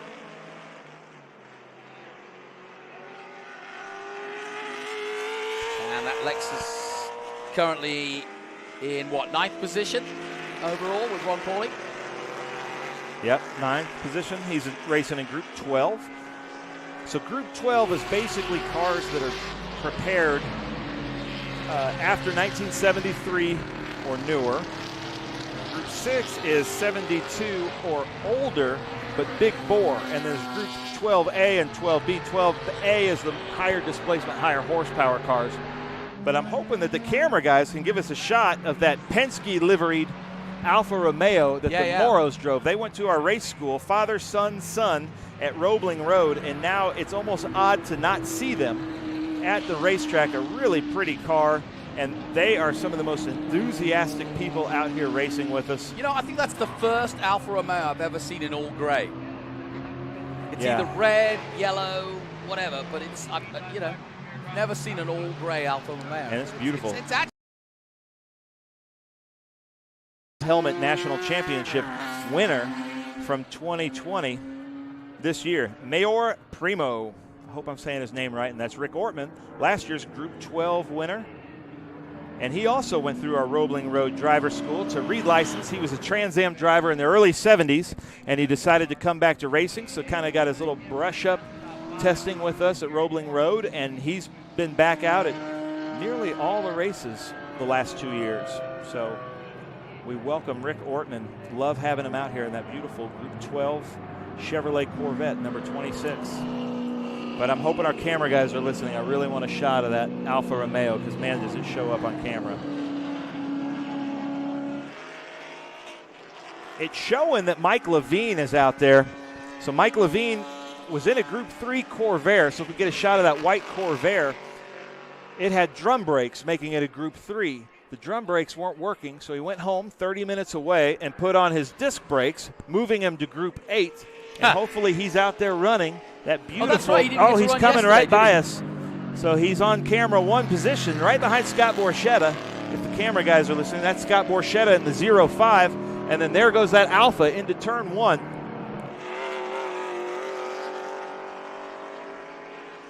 Yeah. Scott Borchetta leading it. Group 6. Here we go. And your wishes are command. Let's see, that's The Jerry Vipers Robinson, coming second through. overall, leading in Group 12. He got around Jeff Lindstrom. There he is. And there's that Corvair ducking down, but there's Glenn Morrow right there. Beautiful car, father, son. Chase and Logan, I'm sure, aside, cheering him on. Jeff Lindstrom must have had an off because now he's trying to catch up as he's passing our Group 8 winner from 2020, Scott Birkland. And then there's Mark Hildebrandt in that Duntov Corvette. Mark from Texas. Yeah, talk a little bit about Duntov because that's a story that goes right through both SVRA and Trans Am, all the way to... Yeah, so Edward Savagian and Alan Savagian run Duntov Motors out of Texas, named after Duntov, the designer of Corvettes, the famous Corvettes. And they've been... Alan was a Trans Am racer back in the Willie T days. And then he started vintage racing. And they said, well, let's just make the fastest Corvettes. So they started that, and they have a lot of customers. They also make street Corvettes and resto mods out of Dallas, Texas. And then Edward Savagian, his son, has taken over the business and wanted to start Trans Am racing again. So now he's racing in TA2, but still looking after these vintage cars. Edward is probably in my top 3 of the fastest vintage drivers that we have. And so I knew he'd be at the top in TA2 pretty quickly. And in one of his first tries, he's on the podium at Circuit of the Americas last year. That's right. I remember. So Lee Simpkins is saying he's watching from about 50 miles away. Well, Lee, I hope you like the broadcast, but you're really missing out on not driving that 50 miles this morning to come out here and join us. The drone shots are great, but there's nothing like feeling and experiencing these cars in person. So we will be back here with the Atlanta Speed Tour in March. Speedtour.net for tickets. Tell all your friends. Jamie LeSueur is telling us that Cobra Automotive is building his engine. So, Jamie, we hope to see you out here. They build some super fast and reliable. There it is, Mike Levine. There's my 2 favorite cars right there. Mike Levine in a beautiful, what I would call Series 1 Corvair. Look at that. Racing that Alfa Romeo of Glenn Morrow. So, do you know, I mean, when you say Corvette, they were a separate company. It's nothing to do with Corvette, right? No, it's just a Corvair rear engine, I believe air-cooled. That's the air part of Corvair. And there he is, Gary Moore, who knows Mike really well, because Mike also races a Corvair that's got a mid-engine Corvette-mounted car that he races in another group and another series. But this is his real, true, probably gold medallion Corvair. Beautiful car. He's a really good race car driver. Lives about, he said, about 30, 40 minutes away from here. But those are my 2 favorite cars in this group. Group 8, Corvair, and an Alfa Romeo of Glenn Morrow. Coming out, guys. Mike Levine, we really appreciate the hustle. Going all the way home, putting on disc brakes and coming back, putting on a show for your home crowd here. Look at that car. And I tell you what, the Corvair group is one of my favorite groups. They usually bring out, when we do a Corvair feature race, they'll bring out like 18 or 20 Corvairs. And if you know Corvairs, it's really hard to get a Corvair running reliably. The rear belt, the rear engine, the belt comes up, does a 90-degree turn, And so it's so much fun to watch those things. They've got so much body rolls. So when was their heyday? Jim Farley coming by. Beautiful Cobra passing that. I don't know if they had a heyday, because it seems like as soon as they got released, Ralph Nader wrote that book, Unsafe at Any Speed, kind of denouncing the Corvairs. But yeah. I find that he was wrong a little bit. I love the look, and they made some improvements to make them safer, but I think because of that book and the notoriety, they just couldn't hang on. Scott Birkeland in that Porsche 911, very cute, very cute. He just did a 155.6. Now, Scott Birkeland is at almost every race that we do. In fact, it's so odd not to see him in a race. He races with Dave Handy. I'll come up to Dave and Robin Handy and say, hey, why isn't Scott here? And great racer. He was an IMSA racer back in the day. He's one of our instructors, and he's out there. But joining us soon in the booth is going to be Jessie Pinnell. She's one of our registrars. Her husband, Joey Pinnell, is back home in California taking care of the kids, but she's going to come up here and put on these headphones. I'm putting her on the spot. She's doing everything she's she running. can. I've never seen anybody. Oh, Jessie, you got to come in and tell us how it went. We've run her ragged selling tickets to Speed Tour, and I've got some tickets and how we can get tickets. She is our guru of ticket sales, our registrar. So, Jessie, you joined us on the West Coast. You got to put these on. You got to talk loud. She hates me so much right now. She just now she's going to pretend like she likes me. She's lovely, though. She's going to talk to us. Yesterday, I saw Joey had logged on and was making some comments. So you joined us with SVRA as the registrar, and I met you, I think, at Sonoma. And now you're a registrar and you were selling tickets. Yesterday, you were slammed with tickets. Tell us about your weekend. Well, at about 9 o'clock in the morning, we were cars deep to the end of the rows. It was crazy, and there was 3 of us. But you managed, right? We did manage. And how did the car show go? As far as I know, it was good. That's Tony Strollo's job. But you saw all the cars come through. They had tons of cars coming through. It was fun. As we watch Ron Fuller. So, Jessie, I'm going to put you on the spot even more. You got to pick a favorite car from this group. I love this car of Ron Fuller. I love when they come out here. That's a Group 8 car, I believe. Really fun to watch these guys racing these cars around.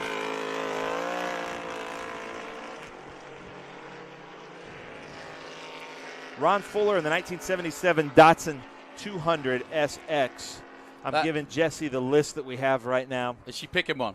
Yeah, but you got to pick a favorite car. So, Jessie, you're a mother of 2 young children. You get to come out here, and you would think that it'd be a little bit of a break, but you probably get more tired on these weekends than you would with 2 young children at home. I'm going to have to agree. I am so exhausted by the time I get home. I probably won't do anything for 48 hours other than take care of the kids. Yeah, and her husband Joey. A warm bath and silence. Her husband Joey comes out to the events and usually takes care of the kids. And I work pretty hard at an event, but when he brings the kids, I'd say he works harder than I do. He helps me put up my signs and banners, but then he's also keeping care of the kids. Yeah, he's a really great dad. So your first time to Road Atlanta, what's your first impression? Oh my gosh, it's beautiful here.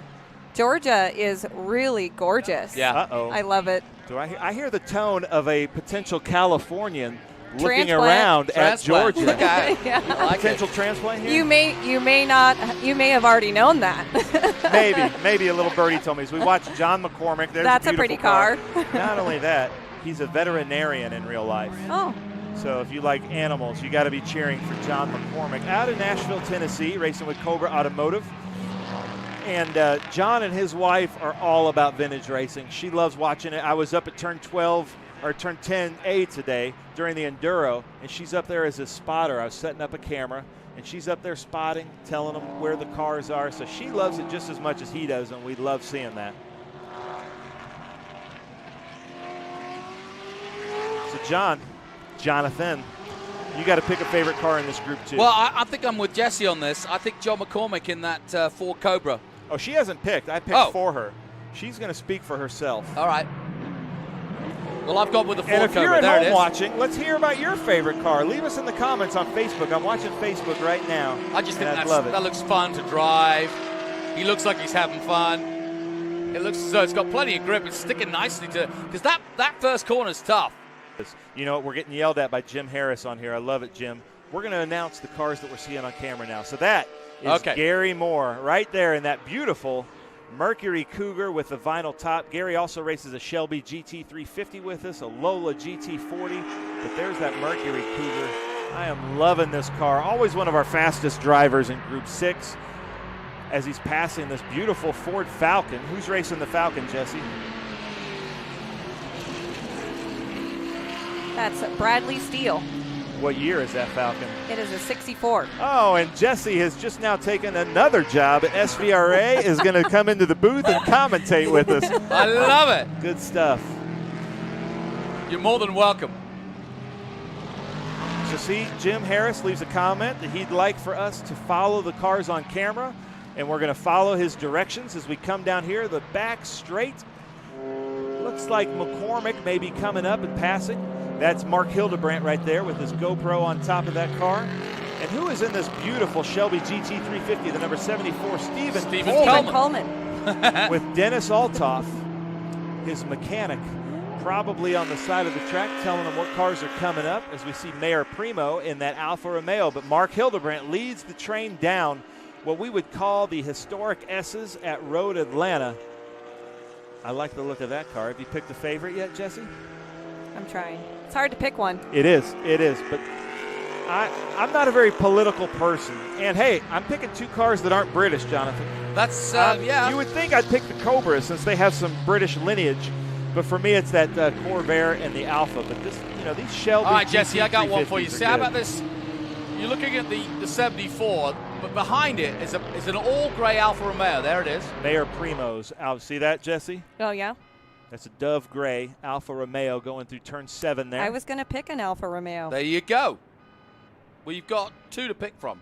Yep, the one Mark Brummins went out, unfortunately. Can't have that. But he did win in our SGT class. And here we are, final lap. Scott Borchetta, Big Machine Vodka, Big Machine Records, Big Machine Hand Sanitizer with the Johnny Lightning. And the Johnny Lightning man. You want to hear some good stuff? Go on. Jonathan, give us your last lap race analysis. Give us some hype here as we watch Scott Borchetta come across the start-finish line to win again in Group 6. Well, back from the Unser family, he's been sporting the lightning stripe of the Unser family. The Johnny Lightning, Bobby Unser, stripe since he was a little boy. Scott Borchetta heading down to what has been a magnificent weekend for him, both in SVRA. He's a Group 6 champion, has been for many a year, now turned TA2 driver. And here he comes, down to turn 10, on the brakes, down through the gearbox, into second gear through 10A. Just a little dab, switches sides to go up the hill. Change of gear as he comes under the bridge for the final time. Scott Borchetta will come and take the checkered flag here on the final lap of our group racing to end his weekend with a win. And well done to Scott Borchetta of Nashville, Tennessee. And if you want to go to the Nashville Grand Prix, ask Music him for City tickets. Grand Prix, yeah, one of the owners of Music City. We have two of the owners of Music City Grand Prix coming in August. The TA2 will be racing at. Jesse, if you tell us which one's your favorite, we'll let you off the hot seat, but we hope that you join us in the commentator's booth again in 2021. I'm going to go with Mayor Primo's Alfa Romeo. Nice. Good pick. All right, Jesse Pinnell, you're off the hot seat. Thank you for your hard work this weekend. We'll did see great you at Sebring in the commentary booth. Maybe. Thanks, guys. Well, we'll just bring the commentary over to the ticket box then. Jesse just punched me very hard in the shoulder. Ouch. And she is an avid weightlifter with CrossFit, so she's probably the only person on our staff that could beat me up. Yep. Scott Borchetta now. She's I can't tell if she's crying or Robinson laughing. taking second place. But Mark Joey Hildebrandt Pinnell, third. thank you so much for lending us Jesse to help out this weekend. Sorry, Jonathan, I'm doing a horrible job. I'm going to give it back to you. No, I'm just going through who we've got. Thanks, Jesse. Jerry Robinson taking second place. Mark Hildebrandt in third. Jeff Lindstrom in fourth. And then comes that beautiful Porsche coming through shot there.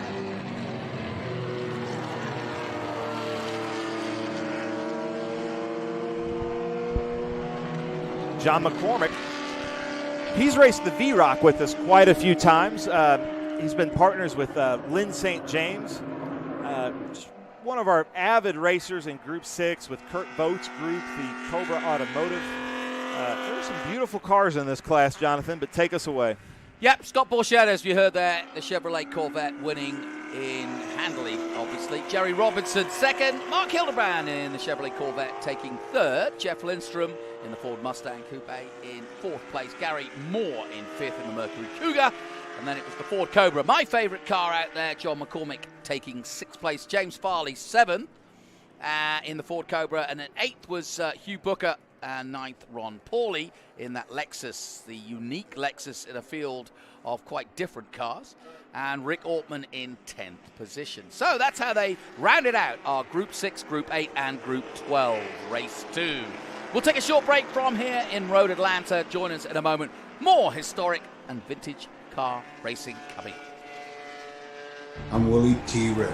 Meet my friend Brian Cook, a wealth advisor, who's one of us, a winner. Both racing and finance are unpredictable. You want a pro team guiding you.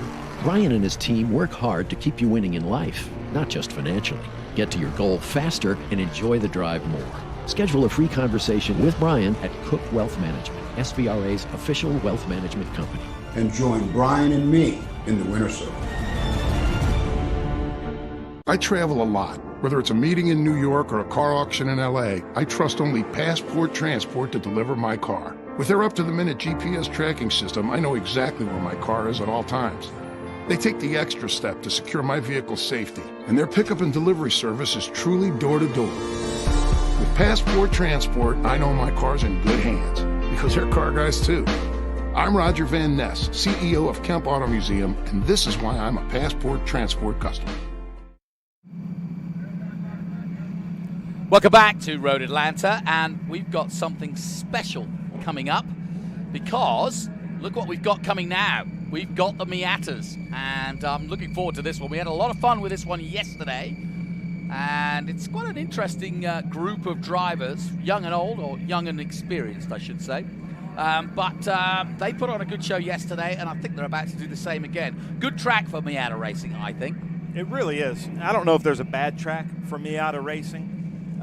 You know, I did miss my 1-3-4. This is quickly becoming another favorite group of mine, though, and I think because I love the British sports cars so much, to me these are British sports cars made by the Japanese to be a little bit, I'd say a bit more reliable than British sports cars. So we had a great race. It was a great race all the way up to fourth to Cash. I think he finished fourth yesterday in our Spec Miata race, and I expect for some good racing in this group. Boris said the fourth is going to be out there in his advanced auto car as we look at Blevins.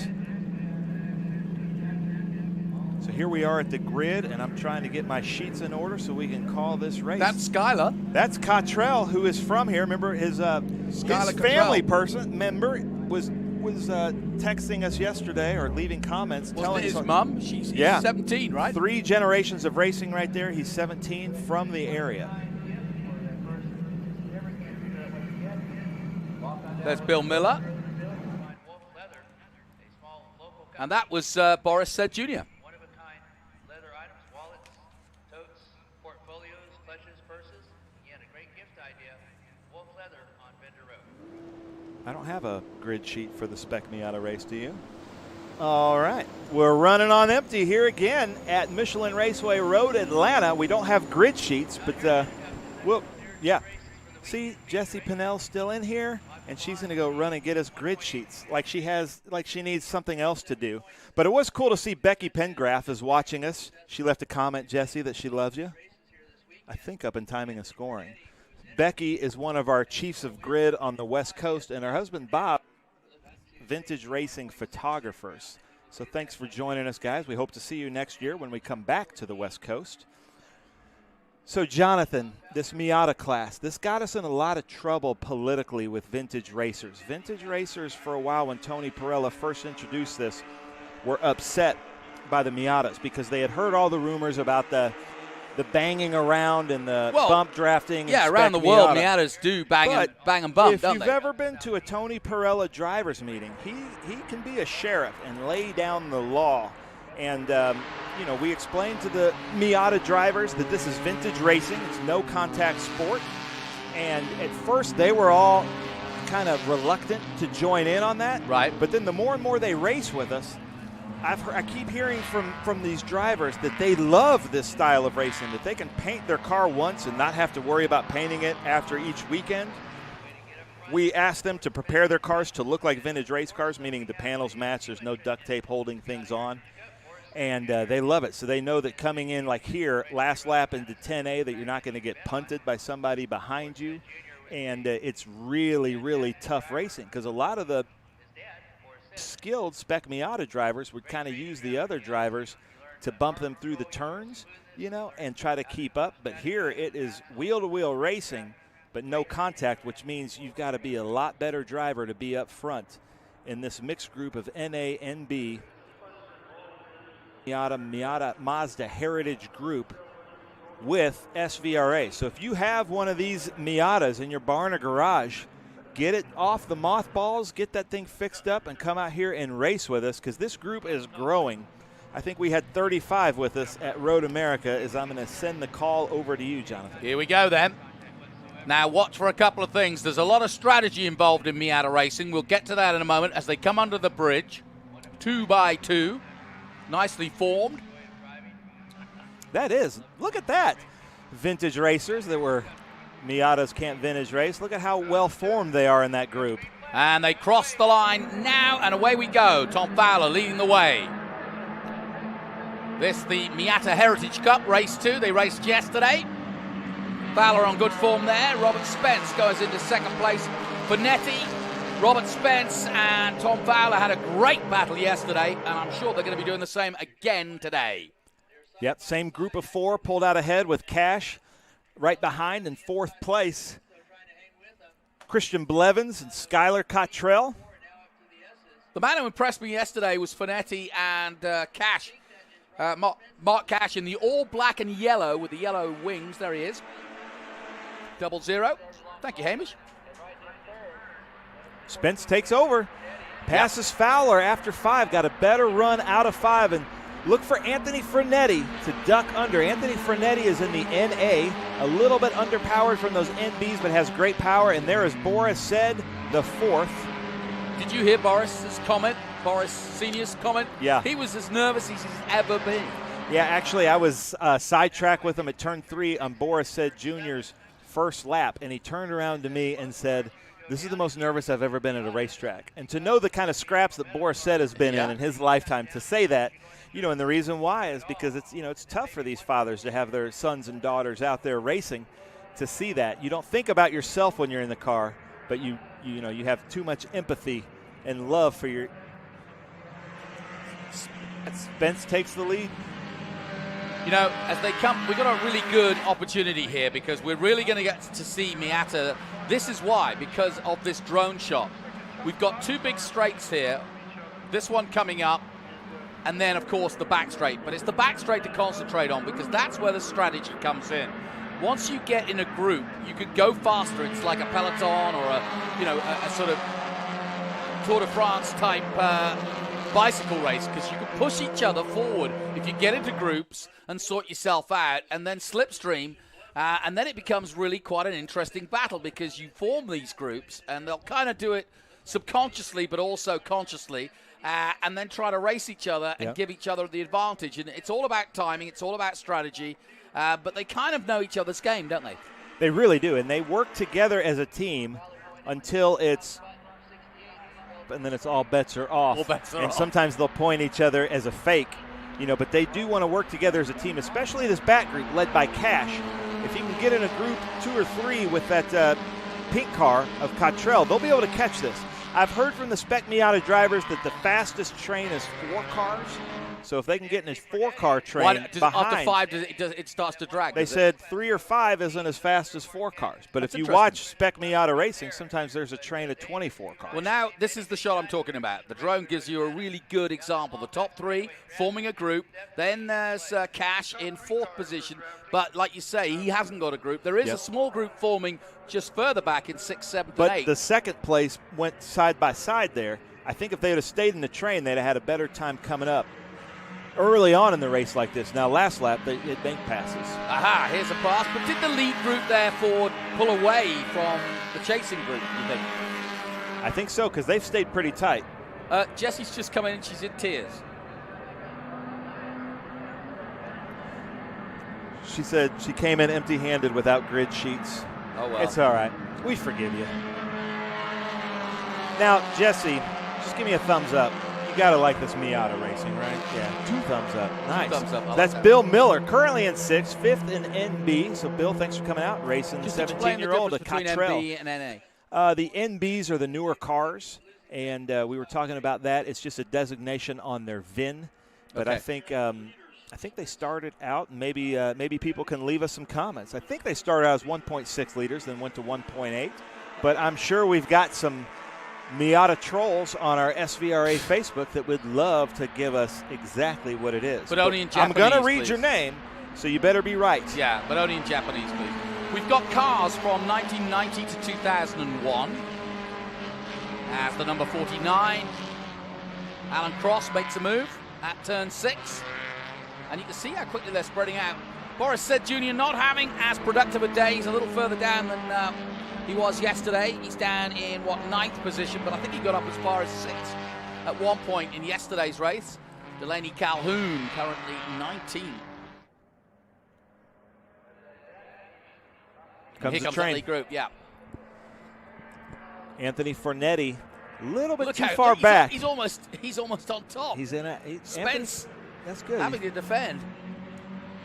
Fowler in the middle, Spence up front. That's Anthony Fornetti. I think he is going to win our Mazda Heritage Championship. Hopefully Mark Cefalo is watching somewhere and can tell us all about these NA. And Cefalo has been our Mazda Heritage champion in years past. We wish he was here, but Anthony Fornetti looking good. And I really like that Pepto-Bismol pink car of Cottrell back there. That just really stands out. Pepto-Bismol pink, yes. That could be an official painting color. Alan Cross, Little up girl's the hill. room. Good stuff. I do, like we talked about this, it seems like they're making cars to look aggressive these days with like the Challengers and Camaros. I These like don't that look Miatas aggressive. have a smile on their face, like the old Bug-Eye Sprite. See that? Their face is a smile, like they're just having the time of their life out there racing. Coming up towards to turn 6 and our leading group. I think Cash is certainly, Mark Cash in 4th place, is trying his hardest to get on level terms with this group. He's given up on trying to get some group racing going. They're the 67 doing the same thing. But he too, that's Christian Blevins, as he comes through 7. Can't make any inroads. Now we've got a nice little group here Yes. with the Pepto-Bismol car at the back. All right, Jonathan, I love Facebook for this reason. Charlie Davis, I hope you're right. He's saying NAs were 1.6, then 1.8. All NBs are 1.8. So NAs are 1.6 liters. NBs are 1.8. And then Mike Collins is saying 99 plus use restrictor plates. All right. So thank you guys. I love it. See? Thank you. You were 'Cause right. we though. can't be experts on everything. No. And we've got a lot of experts following us on Facebook. So thank you guys very much for joining us.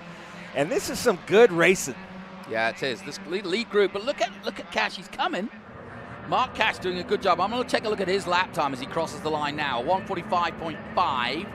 About the same time as all the others, though. They're all in the 1:45s. So how close they are. So Cash is making some inroads, but not quickly. 4 Yep. laps gone.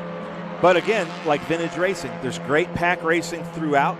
So this is the race for 5th place right here that we're watching. And let's see if we can get the 17-year-old native throwing off some sling there. Cottrell. I'll tell you what, they'll really feel these curbs as they bounce along. The tiny little cars, the curb's almost bigger than them. But they bounce right off them. Look at this. What I love about the Heritage Mazda group, being that they're reliable Japanese cars, we rarely have mechanical failures in this group. So usually whoever makes it to the grid can finish the race. Well, they're dropping the Pepto-Bismol car. He needs some Imodium. Skylar Cottrell from Georgia. There he is in the 99. Uh-oh, we got a train of 4. Here we go. I wish they were a little bit tighter. Not quite a train. They've got enough time. Cash has got enough time to just narrow the gap to the third place. And if those two get together and under braking maybe, they'll come across the line a little bit closer. Yeah, let's see who you can really see the differential from this angle of who's that's what I like getting on about the it. brakes later. See, looks like Frenetti's got the brakes. He did, yeah, Frenetti braked later than he most. will be left. He's in a 1.6 liter, and the others are in a 1.8. And just that little bit of a difference on the top end will make the 1.8 liter cars just get away from it. Really shows for the driving talent of Anthony Frenetti to be able to keep up with this group of NBs in his NA car. And Now, don't be mistaken. It is, Boris said, it is a curly-haired kid who's getting taller and taller, but it isn't senior, it's junior, the 16-year-old. We got to tell our story about that because we Come know on. they, the NASCAR ringer for road courses. So Jonathan and I did an E-Series for Trans Am that Boris said his dad, the third, joined us. And we kept noticing that in our virtual drivers meetings on Zoom that his son was hanging around, looking in the background. And we just thought, I'd met his son at Auto Club, and he had told me earlier in February that he wanted to race with us sometime. And I was like, cool. So anyway, we're at Laguna Seca in an E-Series race, some simulator race with like 30 cars, and Boris said kept doing weird things. So I called him, and I'm like, what are you doing? And he said, what do you mean? I'm at the shop. I said, what do you mean you're at the shop? You're racing with us at Laguna Seca. And he said, well, that's his son.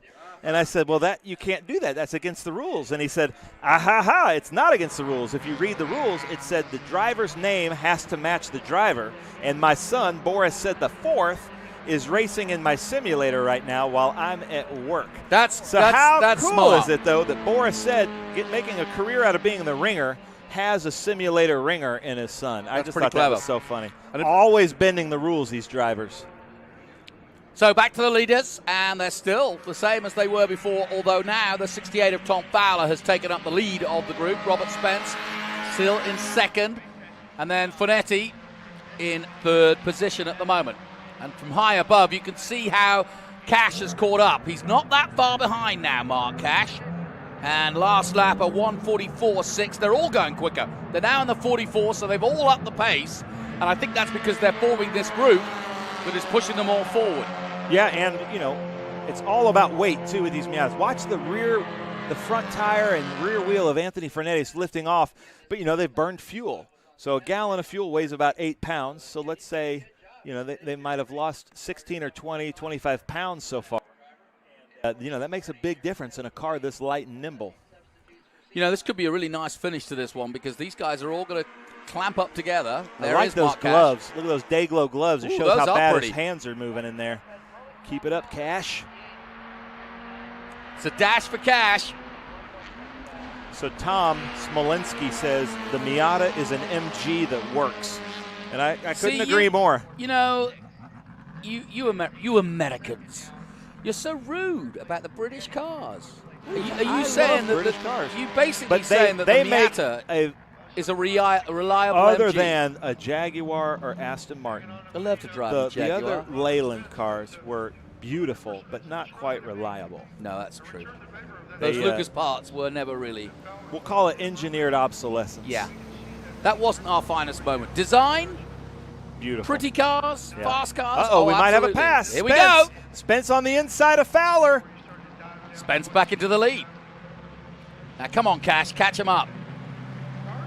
Nice overtake. That's a classic overtake at Road Atlanta. And we're going to have a four-way battle fairly soon, I reckon. The clock ticking down, though, so they haven't got too much time. They crossed the line again. Let's have a look at the times. 1:44.5. That just looks like so much fun. Oh, yeah. And again, back comes the 68. Fowler back to the lead. And this is starting to heat up. Frenetti's staying right with him. Yeah, this is starting to heat up. And you know what? As these three at the front do this, look, Cash has caught right up. I knew it would happen. So now we got a four-way battle down through the S's. And when they get down to the bottom of the S's at 5, they'll start to build up speed again up the hill and go through the gearbox. Here is turn 5. And now they start to build. Now there is an opportunity to overtake at 6, but it's, I wouldn't say risky, but if you get it wrong, there's not a lot of places to go from there, and you lose a lot of time. Yeah, we saw that at Petit Le Mans right there. Yeah. That disputed pass. Now that group that was a group is now 2 cars and 2 cars. Skylar Cottrell at the back of this one. Christian Blevins, Alan Krause, Bill Miller, and Skylar Cottrell in that Pepto-Bismol pink. I hope he gets a sponsorship from Pepto-Bismol from this. Yep. Just trying to help him out, you know? Absolutely. So Skylar can race with us more. Well, and why wouldn't Pepto-Bismol sponsor that cool car? Well, to go racing, you got to have the stomach for it. Yeah, exactly. You don't want indigestion when you're racing. Here we go again. Frenetti looking for a way past into turn 10. Cash lost a little ground there, and for whatever reason in a straight line, he's just not as quick down that back straight, but you can see he catches up in the wiggly bits, as I say. This is fascinating racing because they're so close on times. Fastest lap, Tom Fowler, a 1:44.6. Let's see what they click through this time. All right, so Mike Weinbrenner is giving us, can we get lap times on the top 3? Do we have that technology? 1:44.6 by Tom Fowler, his last lap. Best lap, 1:44.67. That was the last lap from Tom Fowler. Robert Spence did a 1:45.3. That's his last lap. His best lap, a 1:44.6. And Anthony Finetti, 1:45.2, his last lap. His best lap, a 1:44.3. There you go. Nice. Well, and I should add, Mark Cash, his best lap, a 1:44.6. That's why he's just off the back of this group. But the fastest man so far on the last lap, Tom Fowler, with that 1:44.676. By the way, if you want to join and watch the timing yourself, download the app Race Monitor.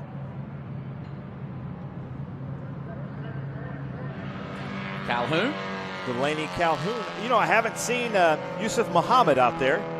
He's in the number 4. What's his story? I think he's right behind us. Yusuf Muhammad, this is his first time for Yusuf Muhammad to come and race with us. He's been racing Miatas for quite a while. I met him yesterday. Very interesting person, what he does in real life. He's an attorney in real life, and we hope to see him out here. He seems to be really fast and having a great time. But it was one of those conversations that I wish we could have spent more time talking. He's so interesting. Well, this is... Now, when do they pull the pin? And what I mean by that is they've been racing quite happily in the peloton, as I call it, but together and pushing each other forward. But when do they say, right, all bets are off? Usually when they get that last lap. At a track this long, all bets are off. But it's not like they're not racing right now. They're just jockeying for position and showing each other the line and what they're going to do.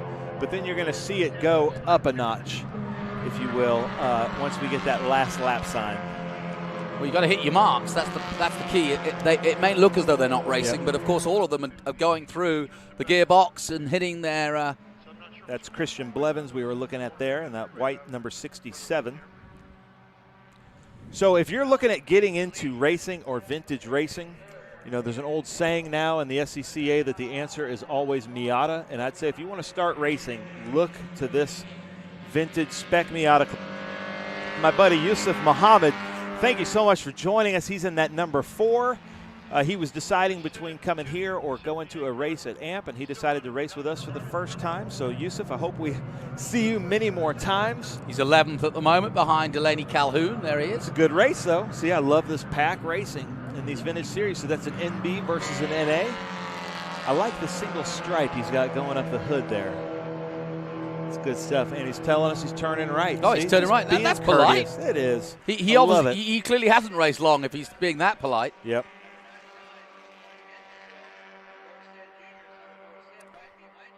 So the clock ticking down on this Miata Heritage Cup. And I've got breaking news. Tell me. We have timing and scoring on the SVRA app. So download the app. You could be watching this on your app, and you could get timing and scoring right there from the SVRA app that's available on Google Play or the Apple Store as Fowler ducks out. Yeah, and Spence took the lead briefly as they crossed the line, but back goes Fowler.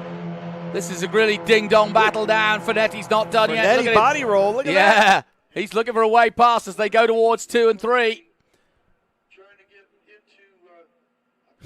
Three-wheel racing at the moment as they dive through the S's. Oh, Jonathan, you're going to have to give me your Australian accent because Peter Dunn has joined us on our broadcast. G'day, Peter. Have you been to the Dunny? I love it.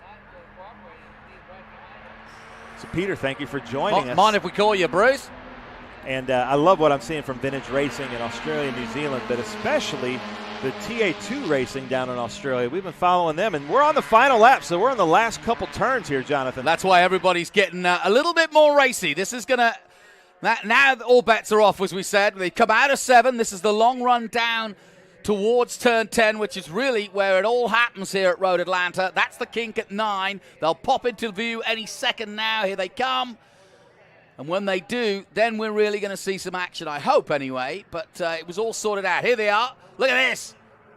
Ooh, look for Well, Finetti Cash to has duck dropped out. off. He's not going to be in. Finetti looks to the inside. Fowler still holding off Spence. Ooh. Spence can't do anything here. Fowler's He needs looking a at good the run. last turn, I think. Well, Spence is going to try and get drive here, but I don't think he's done enough. No. Finetti might try an inside move here as they come towards 12 to finish this race. Oh, no, last lap. So last lap good. now. So one more lap Nice. to go. Come on, boys. You know, I love when the races go into overtime like that. So disregard the graphics. Yeah. Race control decided to just give us one more lap of this, and I love it. And Finetti's coming alongside as they come into 2, but he can't quite get close enough. And, of course, these are all pretty identically prepared, which makes the racing so much better. But right now, Tom Fowler's starting to just eke ahead by a couple of lengths. Anthony Finetti, your SVRA sticker on the rear of your car is not going unnoticed. Thank you very much for that. Next time we'll give you a second off your qualifying time. Oh, you are very, very generous. Just tell Rick I said it was okay. Okay. Look at this. So Fowler's kind of taken off a little bit on us, Jonathan. Yep. Well, he pulled the pin, didn't he?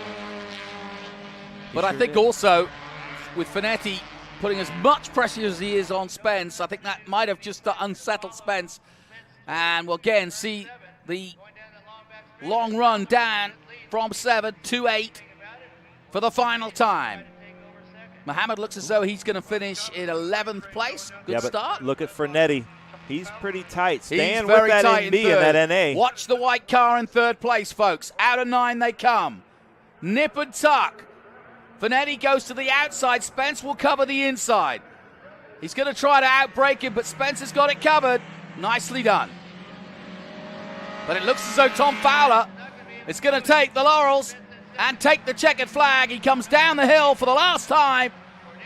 And it's been a great 3-way race, 4-way race if you include Cash. But at the checkered flag, it will be arms out from Tom Fowler, waves to the crowd.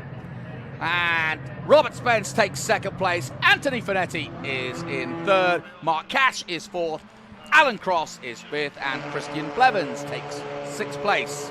Bill Miller is 7th. Skylar Cottrell in 8th. And Boris Sed in 9th position for another good result in his first weekend out. And Delaney Calhoun takes 10th. And Youssef Mohammed takes 11th. You know what? I have not been disappointed by a Mazda Heritage race yet. They are so much fun to watch. Close finishes like that. All 11 cars that started finished the race. We've had groups of 35 start the race and finish the race. Great racing. We didn't see any bumping out there, so all the vintage racers and fans that were hating on us with these Miatas, I think we've proven them wrong and seeing that this is a viable option to get into vintage racing and bring more people into road racing. As we see the 17-year-old Skylar Cottrell right there. There's Boris Said Jr., I think 16 or 17 years old, racing with us. So this is the best way to get into racing. And if you want to get fast as a road racer, learn to drive a Miata fast. So good stuff as the leaders come down and they're giving each other air high fives as they pull up each other and just, love these close races like this. Good stuff. So thank you. Anybody involved in the Mazda Heritage Group, that's our last Mazda Heritage Group of 2020. So Nancy Fowler, I don't think this is a coincidence, says, woohoo, go Fowler. Did I read that right? With the exclamation. So then, Tom Fowler, and woohoo it is, because he wins in the MB class. Robert Spence, Bob Spence takes second place. Anthony Finetti takes third. Mark Cash is in fourth position. Alan Cross is fifth. Christian Blevins sixth. Bill Miller in seventh place. Skylar Cottrell in eighth. Boris Sed Jr. in ninth. And Delaney Calhoun rounds out the top 10 in our Miata Heritage Cup. We'll take a short break. We'll be back with more action. We've got some Group 10 action coming up next. Stay with us. When the road calls, we answer.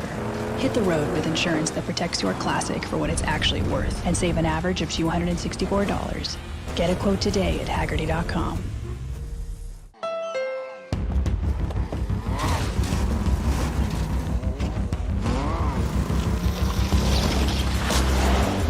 There's a challenging spirit within Honda. It gives us the courage to go faster and the thinking to make it real.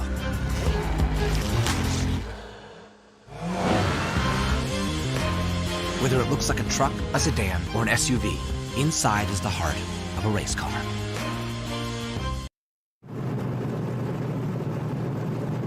Welcome back as the roar of the engines live from Road Atlanta.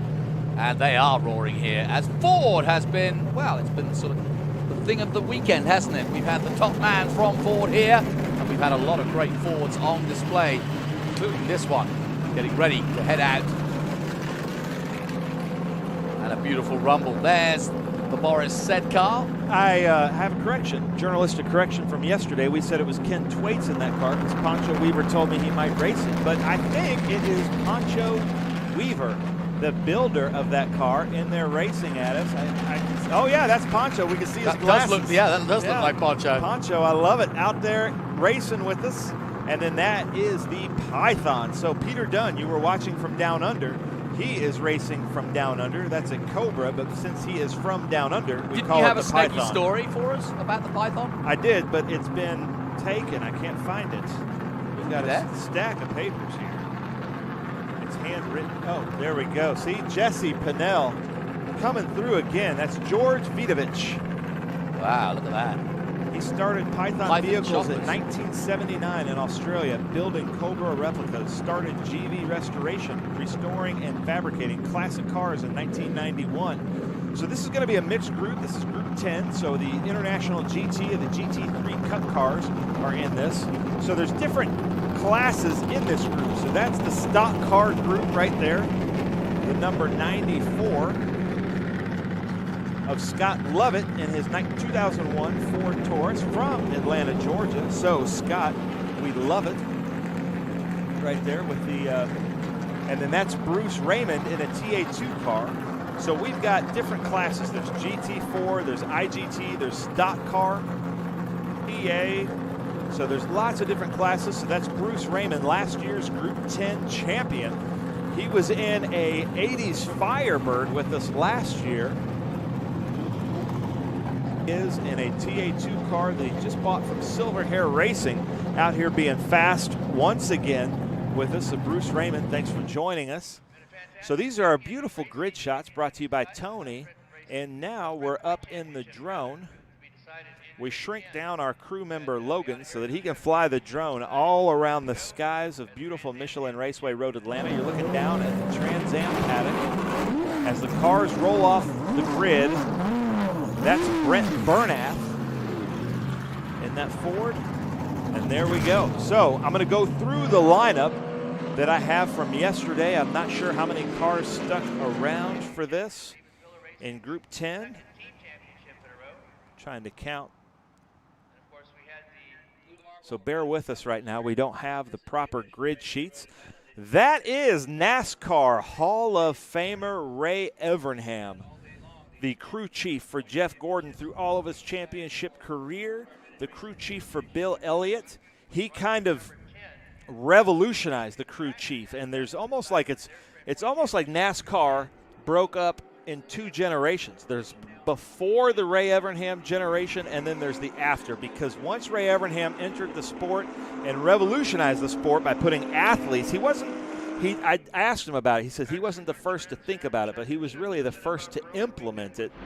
And once he implemented athletes as the tire changers that come out and do this, because he said the mechanics are worn out, throughout the day. They've been fixing the car all night. So he went out and got some athletes that could carry the tires and change them really quick, and and the times for tire changes went down from the 30s of seconds to the under 20 seconds.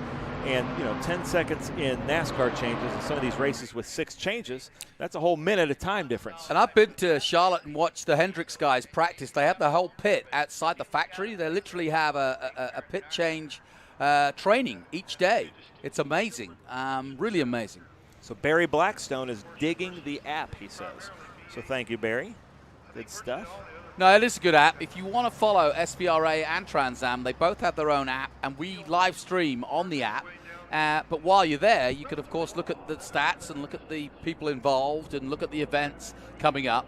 And so, I mean, it's a free app. Just download it. If you follow this sort of racing, it's definitely the thing to have, because you can really get some great information there. So download the app. Judging by the livery or paint scheme, I think that's Ted Giovannis there with TGM just outside of Bruce Raymond in that Porsche Cup car. Not sure if it's Ted or Hugh Plum. Here we go, then. There he goes spinning off there. The Porsche Cup car I was just talking about. Yeah. Spun, missed the wall by about an inch. As we look at Ray Evernham go up the turn 1, followed by Bruce Raymond. This should be a good race here. Yeah, the silver-haired car in second, silver-haired racing car in second place at the moment. But Ray Evernham, down the hill he comes in the 24, the Corvette.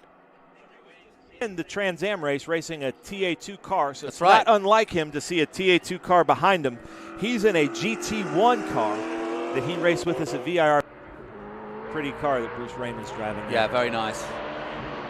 So look for Ray Evernham to really pull out ahead in that high horsepower TA GT1 car as we see Poncho Weaver. Poncho doing a bit of R&D. Yeah, Poncho Weaver designed that car out of his garage, and now he's out here racing it. Boris said was on the podium with us yesterday.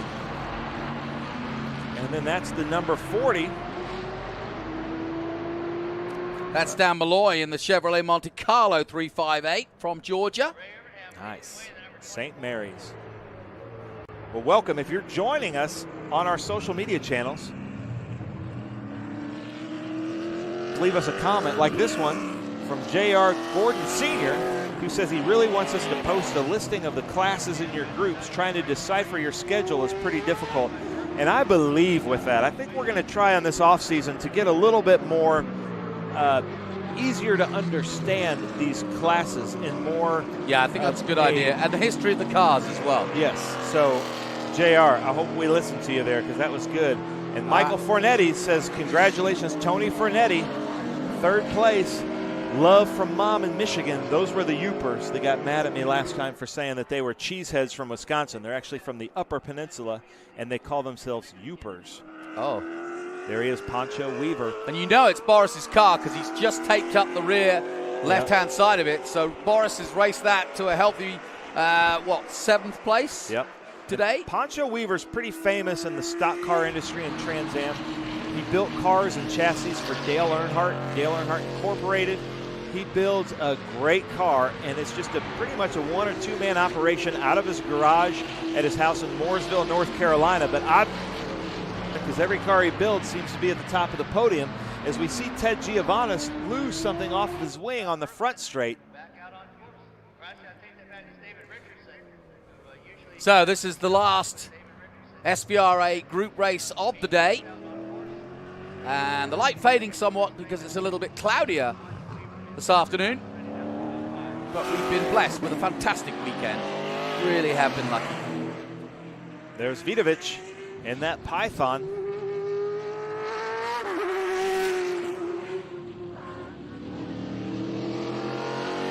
Now let's have a look at the times. There's been some interest, obviously, in the lap times. Ray Everingham just at a 126.9. He's also doing R&D. Oh, that's David Richardson. Sorry about that. That's not Ted Giovannis. That's David Richardson, currently 8th, but he's the one that obviously had some contact there.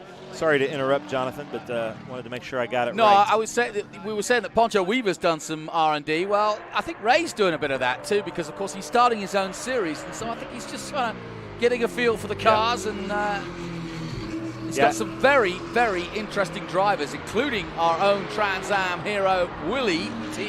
Ribbs. Yeah, and I think as soon as he announced that, I bet you the drivers were coming out of the woodwork wanting to race in that.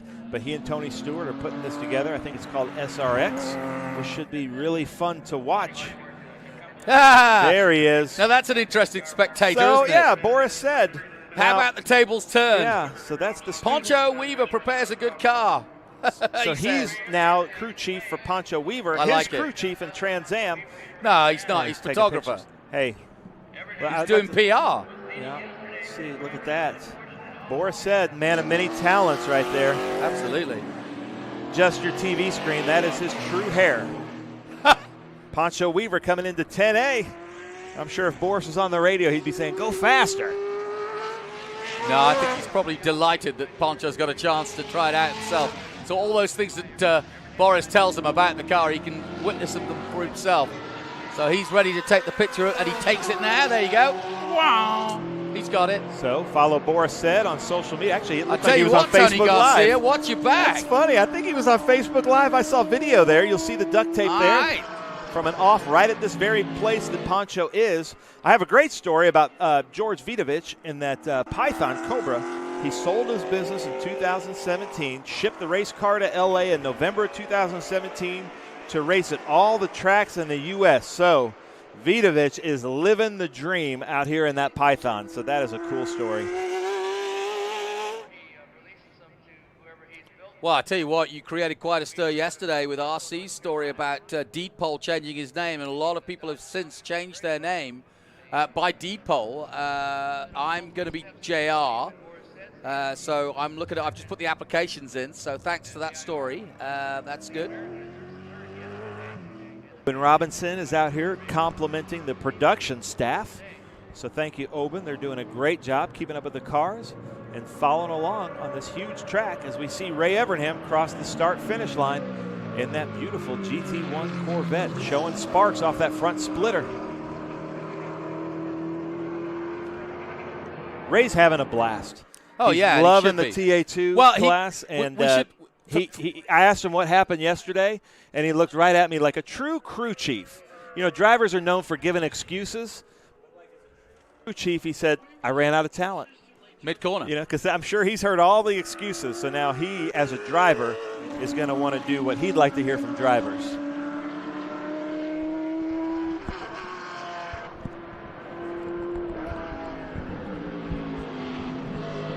Well, you know, the reason why it's important is that he had a big smash yesterday, so he's trying to actually sort of get back some kudos, because he didn't have a best of days yesterday, did he? He didn't, but man, you know what? I think even on his bad days of racing, he still considers that a good day just because he loves being out here.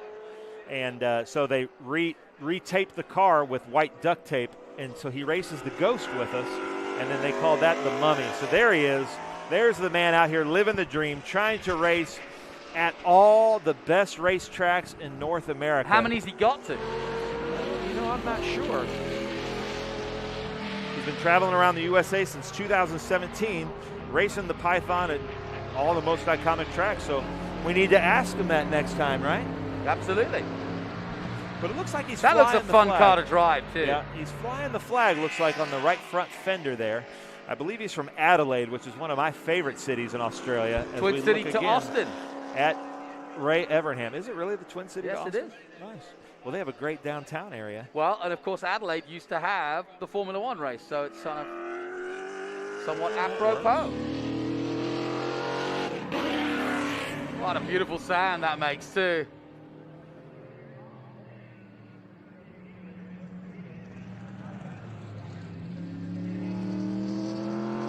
Sorry, I just got caught up forgot we're supposed to talk about it, but that's a beautiful that's definitely car. the Australian flag. You're right on the side pod there.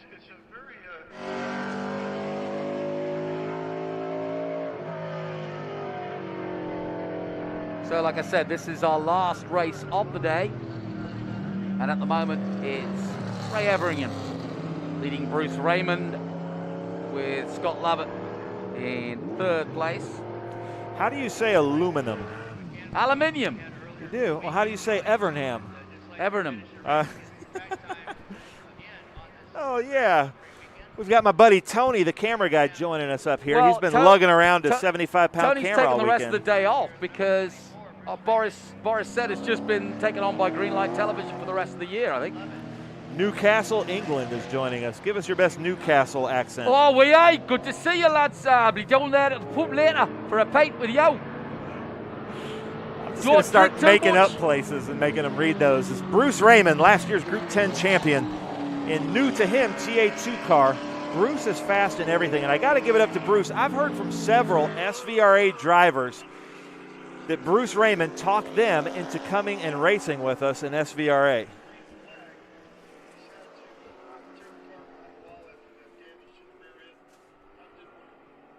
So about 10 minutes to go in this race, which is spreading out quite dramatically. Ray Everingham leading the way from Bruce Raymond, Scott Lovett, Poncho Weaver in 4th place with Boris Said watching on the pit wall and taking the photos. I like that fire. Brent Beamer in 5th place and George Vidovic in 6th. Ooh, I got a question from Shannon. Is the Python or big block powered? I would guess it's a big block because that's a very highly developed, possibly overdeveloped car. So I would guess that would be a 427. Just by looking at it, I'd say he's going to put everything into it that he can.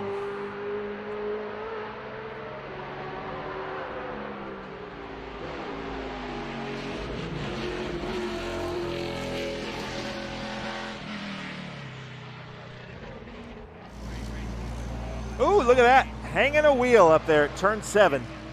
I love it. That's Brent Bernath right there, racing in the Group 10 stock car division. Brent is currently 5th overall. And that's Dan Malloy coming down the S's, currently 7th. I love the graphics. Thank you guys for putting up the graphics. And if you're wondering about this production, our editor and the graphics people are actually in the Isle of Man. I have no idea what time it is in the Isle of Man, but I'm sure they're pulling long days there to put this together for us. So thank you very much for doing that. And that's Bruce Raymond right behind him.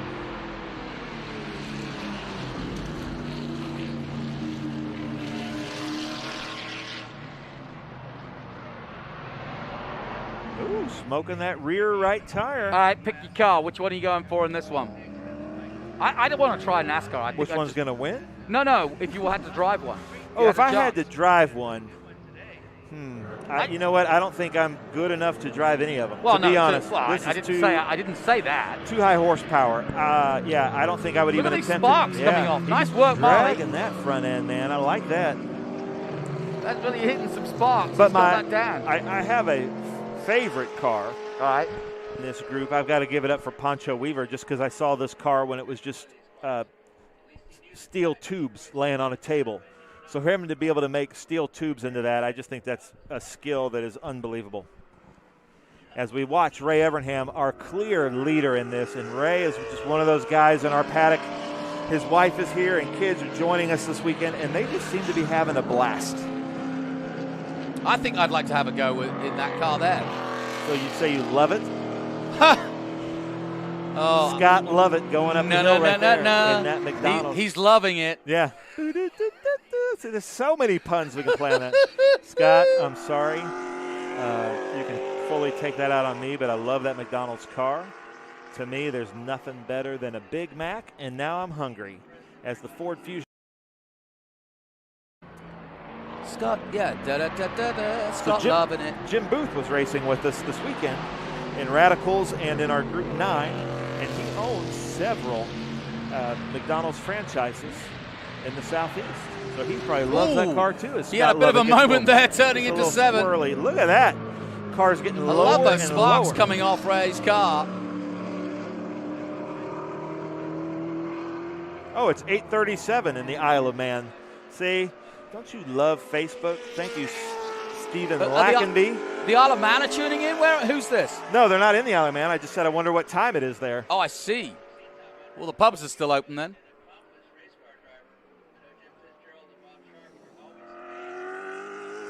So why is he sporting the number 24, do you think, Jonathan? Ray Evernham. Well, Ben, I'll answer that question. He's sporting the number 24 because it's Jeff Gordon's number. Yeah, I always think it's brave when you pick an iconic number like 48 or 24. Because you're really saying to the rest of the world, I'm as good as that guy. But, you may not be. Dan Malloy in the number 40, the Chevrolet Monte Carlo. Come on, Poncho, give us a good lap. What's his best lap? Poncho did a 1:31.7. That's handy. I wish Boris would have come up here and given us his insight. Boris was doing 1:21, so he's 10 seconds off Boris. That's okay. Boris can breathe.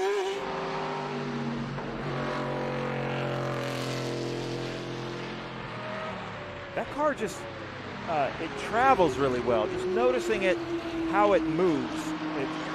It looks like it's just very well set up.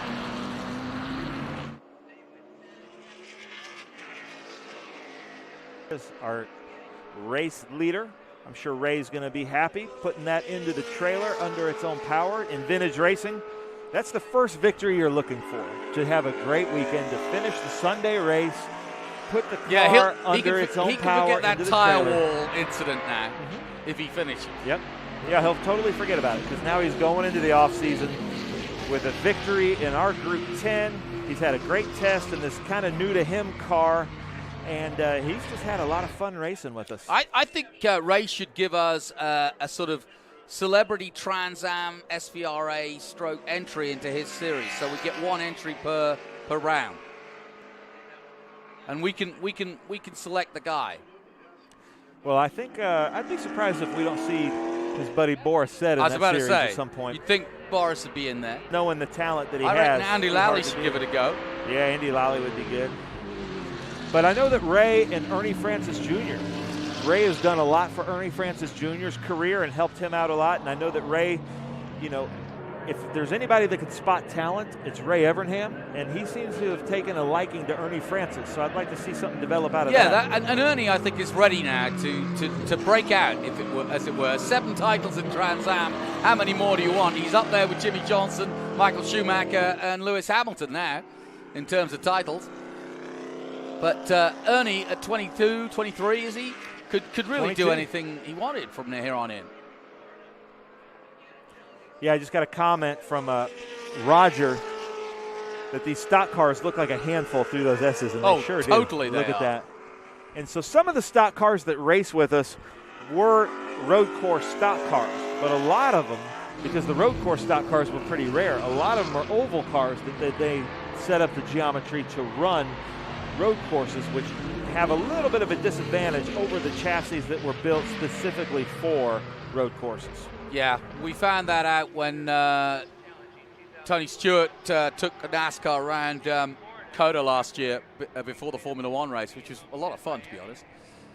But he enjoyed it, and I think that was actually the catalyst that sort of gave the go-ahead to look at COTA as a potential circuit for NASCAR. And now we're seeing more road circuits pop up on the NASCAR scene.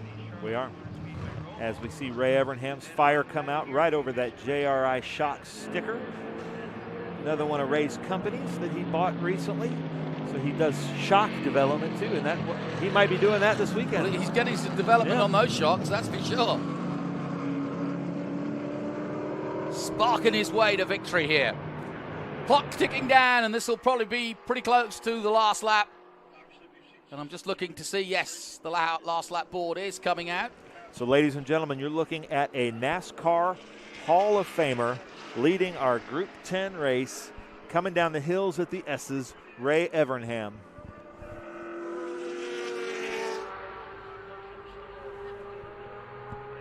coming over the crest towards 6.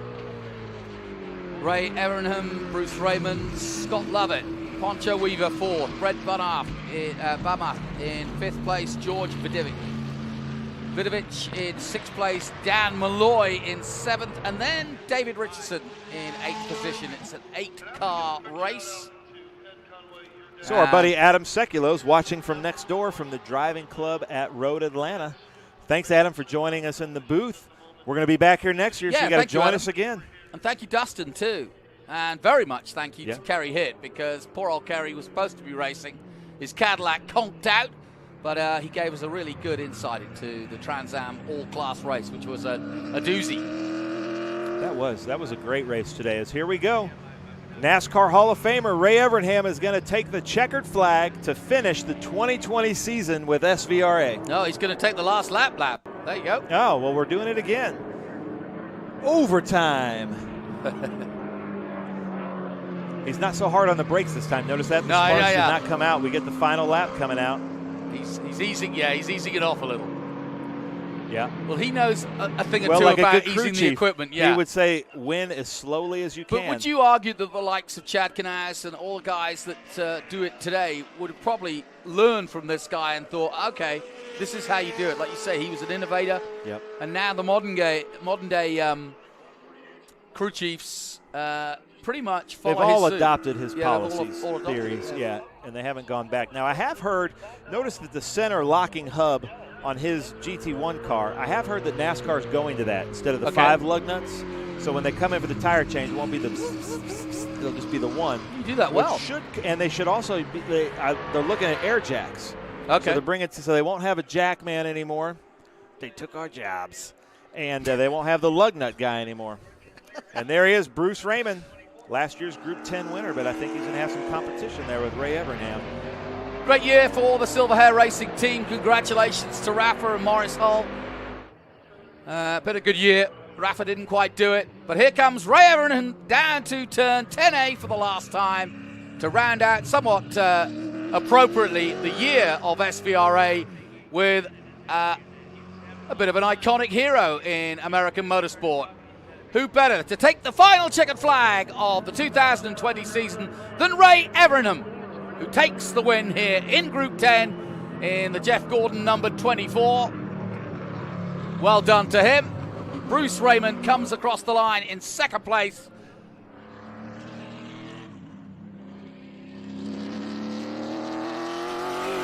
And I'm just waiting for the third car to come across the line. That's Bruce. Oh, that's Bruce second.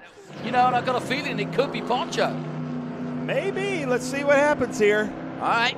We'll look up the hill, see who comes if out. There's a blinding car that's coming down. You can't miss it's it. Like glowing. There he comes. There's Poncho. I'm not sure where he's at, if anybody's ahead of him. Poncho Weaver in his newest, I think he said 4th generation. So there's Hinkle. Well, there's bragging rights to be had here because Boris Said didn't get a podium with it today. Poncho Weaver's going to podium, and Boris Said did not. Boris Said just missed it. I think he was in 4th. Yeah. And that is the 4th Poncho Weaver this generation. Nice work. Of the Dodge Challenger. Way to go, Poncho. Yeah. Scott Lovett takes 4th position. Brent Bamath in 5th place. George Vidovic in 6th place. So now George Dan Malloy 7th. Look at that. David gives the oi to the corner workers there. Very nice. And now he can mark Michelin Raceway Road Atlanta off of his bucket list. Yeah, he's got an interest. Oh, that's an Aussie sign if ever I saw one. So, a great day of racing once again. What a great weekend of racing. Ben, your thoughts? Final thoughts of the year? It's been a tough one, I know. It's been a crazy year, and thanks, John Claggett and Tony Perella, for putting the schedule back together after 2020. Yeah, no question. So we are going to come back and round up the rest of the day and the year and the weekend. But that's confirmation that Ray Evernham wins ahead of Bruce Raymond. Poncho Weaver, the car maker turns car driver in the Dodge Challenger in his own made car. What a great day for him. Takes 3rd place. Scott Lovett takes 4th. Brent Bamath in 5th place. George Vidovic in 6th. Then Dan Malloy and David Richardson. We'll take a short break here from Road Atlanta, and we'll be back to wrap it all up on what has been a sensational Trans Am and SVROA weekend. Join us after this break. Welcome back. We are smiling underneath these masks as we've had a lovely weekend, and it's been a bit of fun, hasn't it? Have you enjoyed your weekend, and have you enjoyed your year? I have, and I'm watching Pancho Weaver go over the bridge right there. But when we scheduled this in November, I thought, oh, the weather could be terrible. But it has been perfect. I don't think we could have ordered up better weather. We had great racing, and it's kind of melancholy to wrap up the 2020 season. It's been a rough season just because of all the delays and the pandemic and the moving around the schedule, but we made the most of it. So thank you, Tony Perella and John Claggett, for making that happen. But it's been a fun year. How about you? Yeah, I mean, like I said, to me, John Claggett and Tony Perella stand out because for the simple reason that they've managed to do it and pull it off. And also to people who don't get the mention, the people who've been taking the temperatures, been taking the registration, been doing the COVID forms, everybody working behind the scenes to make this happen. They don't get the credit, and thank you to all of them for making our season possible. But maybe let's leave it with your kind of driver or achievement from somebody in SVRA, and maybe Trans Am. Who do you think? Who do I think that made the best achievement? Yeah, somebody who you'd like to point out. It doesn't matter whether they won or not, but just somebody who did something special. Wow, that's really putting me on the spot. You know what? I was very impressed with Jet Nolan today, finishing third. He's kind of new to the TA2 series. So in Trans Am, I'm going to have to say Jet Nolan. And in SVRA, my favorites right now are Andy McLean and Scott Frazier. Their little battle on those Bug-Eye Sprites in Group 1, of course, Group 1. And so those are my standouts for Trans Am and SVRA. All right, I'm just going to go with the man who won his 7th title. No question about it. Ernie Francis Jr. He broke a motor. It's a family-run team, and he is the epitome. He's just 22 years of age. He's incredible about what he's achieved already, and long may it continue. The future of Trans Am is in good hands if people like Ernie Francis Jr. are with us. But I want to thank everybody who's been involved this season. My thanks to Ben Sissel. Thanks for you for watching. We'll be back next year from Sebring in February. We've got a massive season of 14 races in Trans Am and 18 races in SVRA. Until then, get some sleep, get some rest, enjoy Thanksgiving, and happy Christmas. We'll see you next year. Bye-bye for now.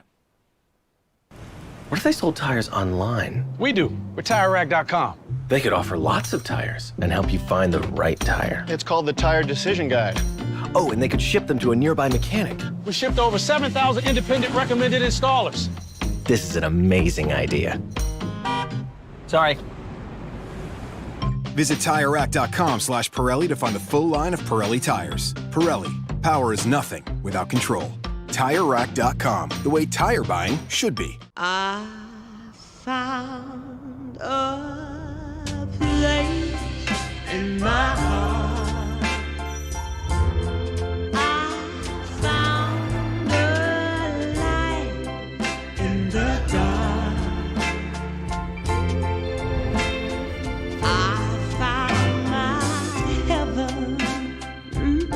The Range Rover Evoque.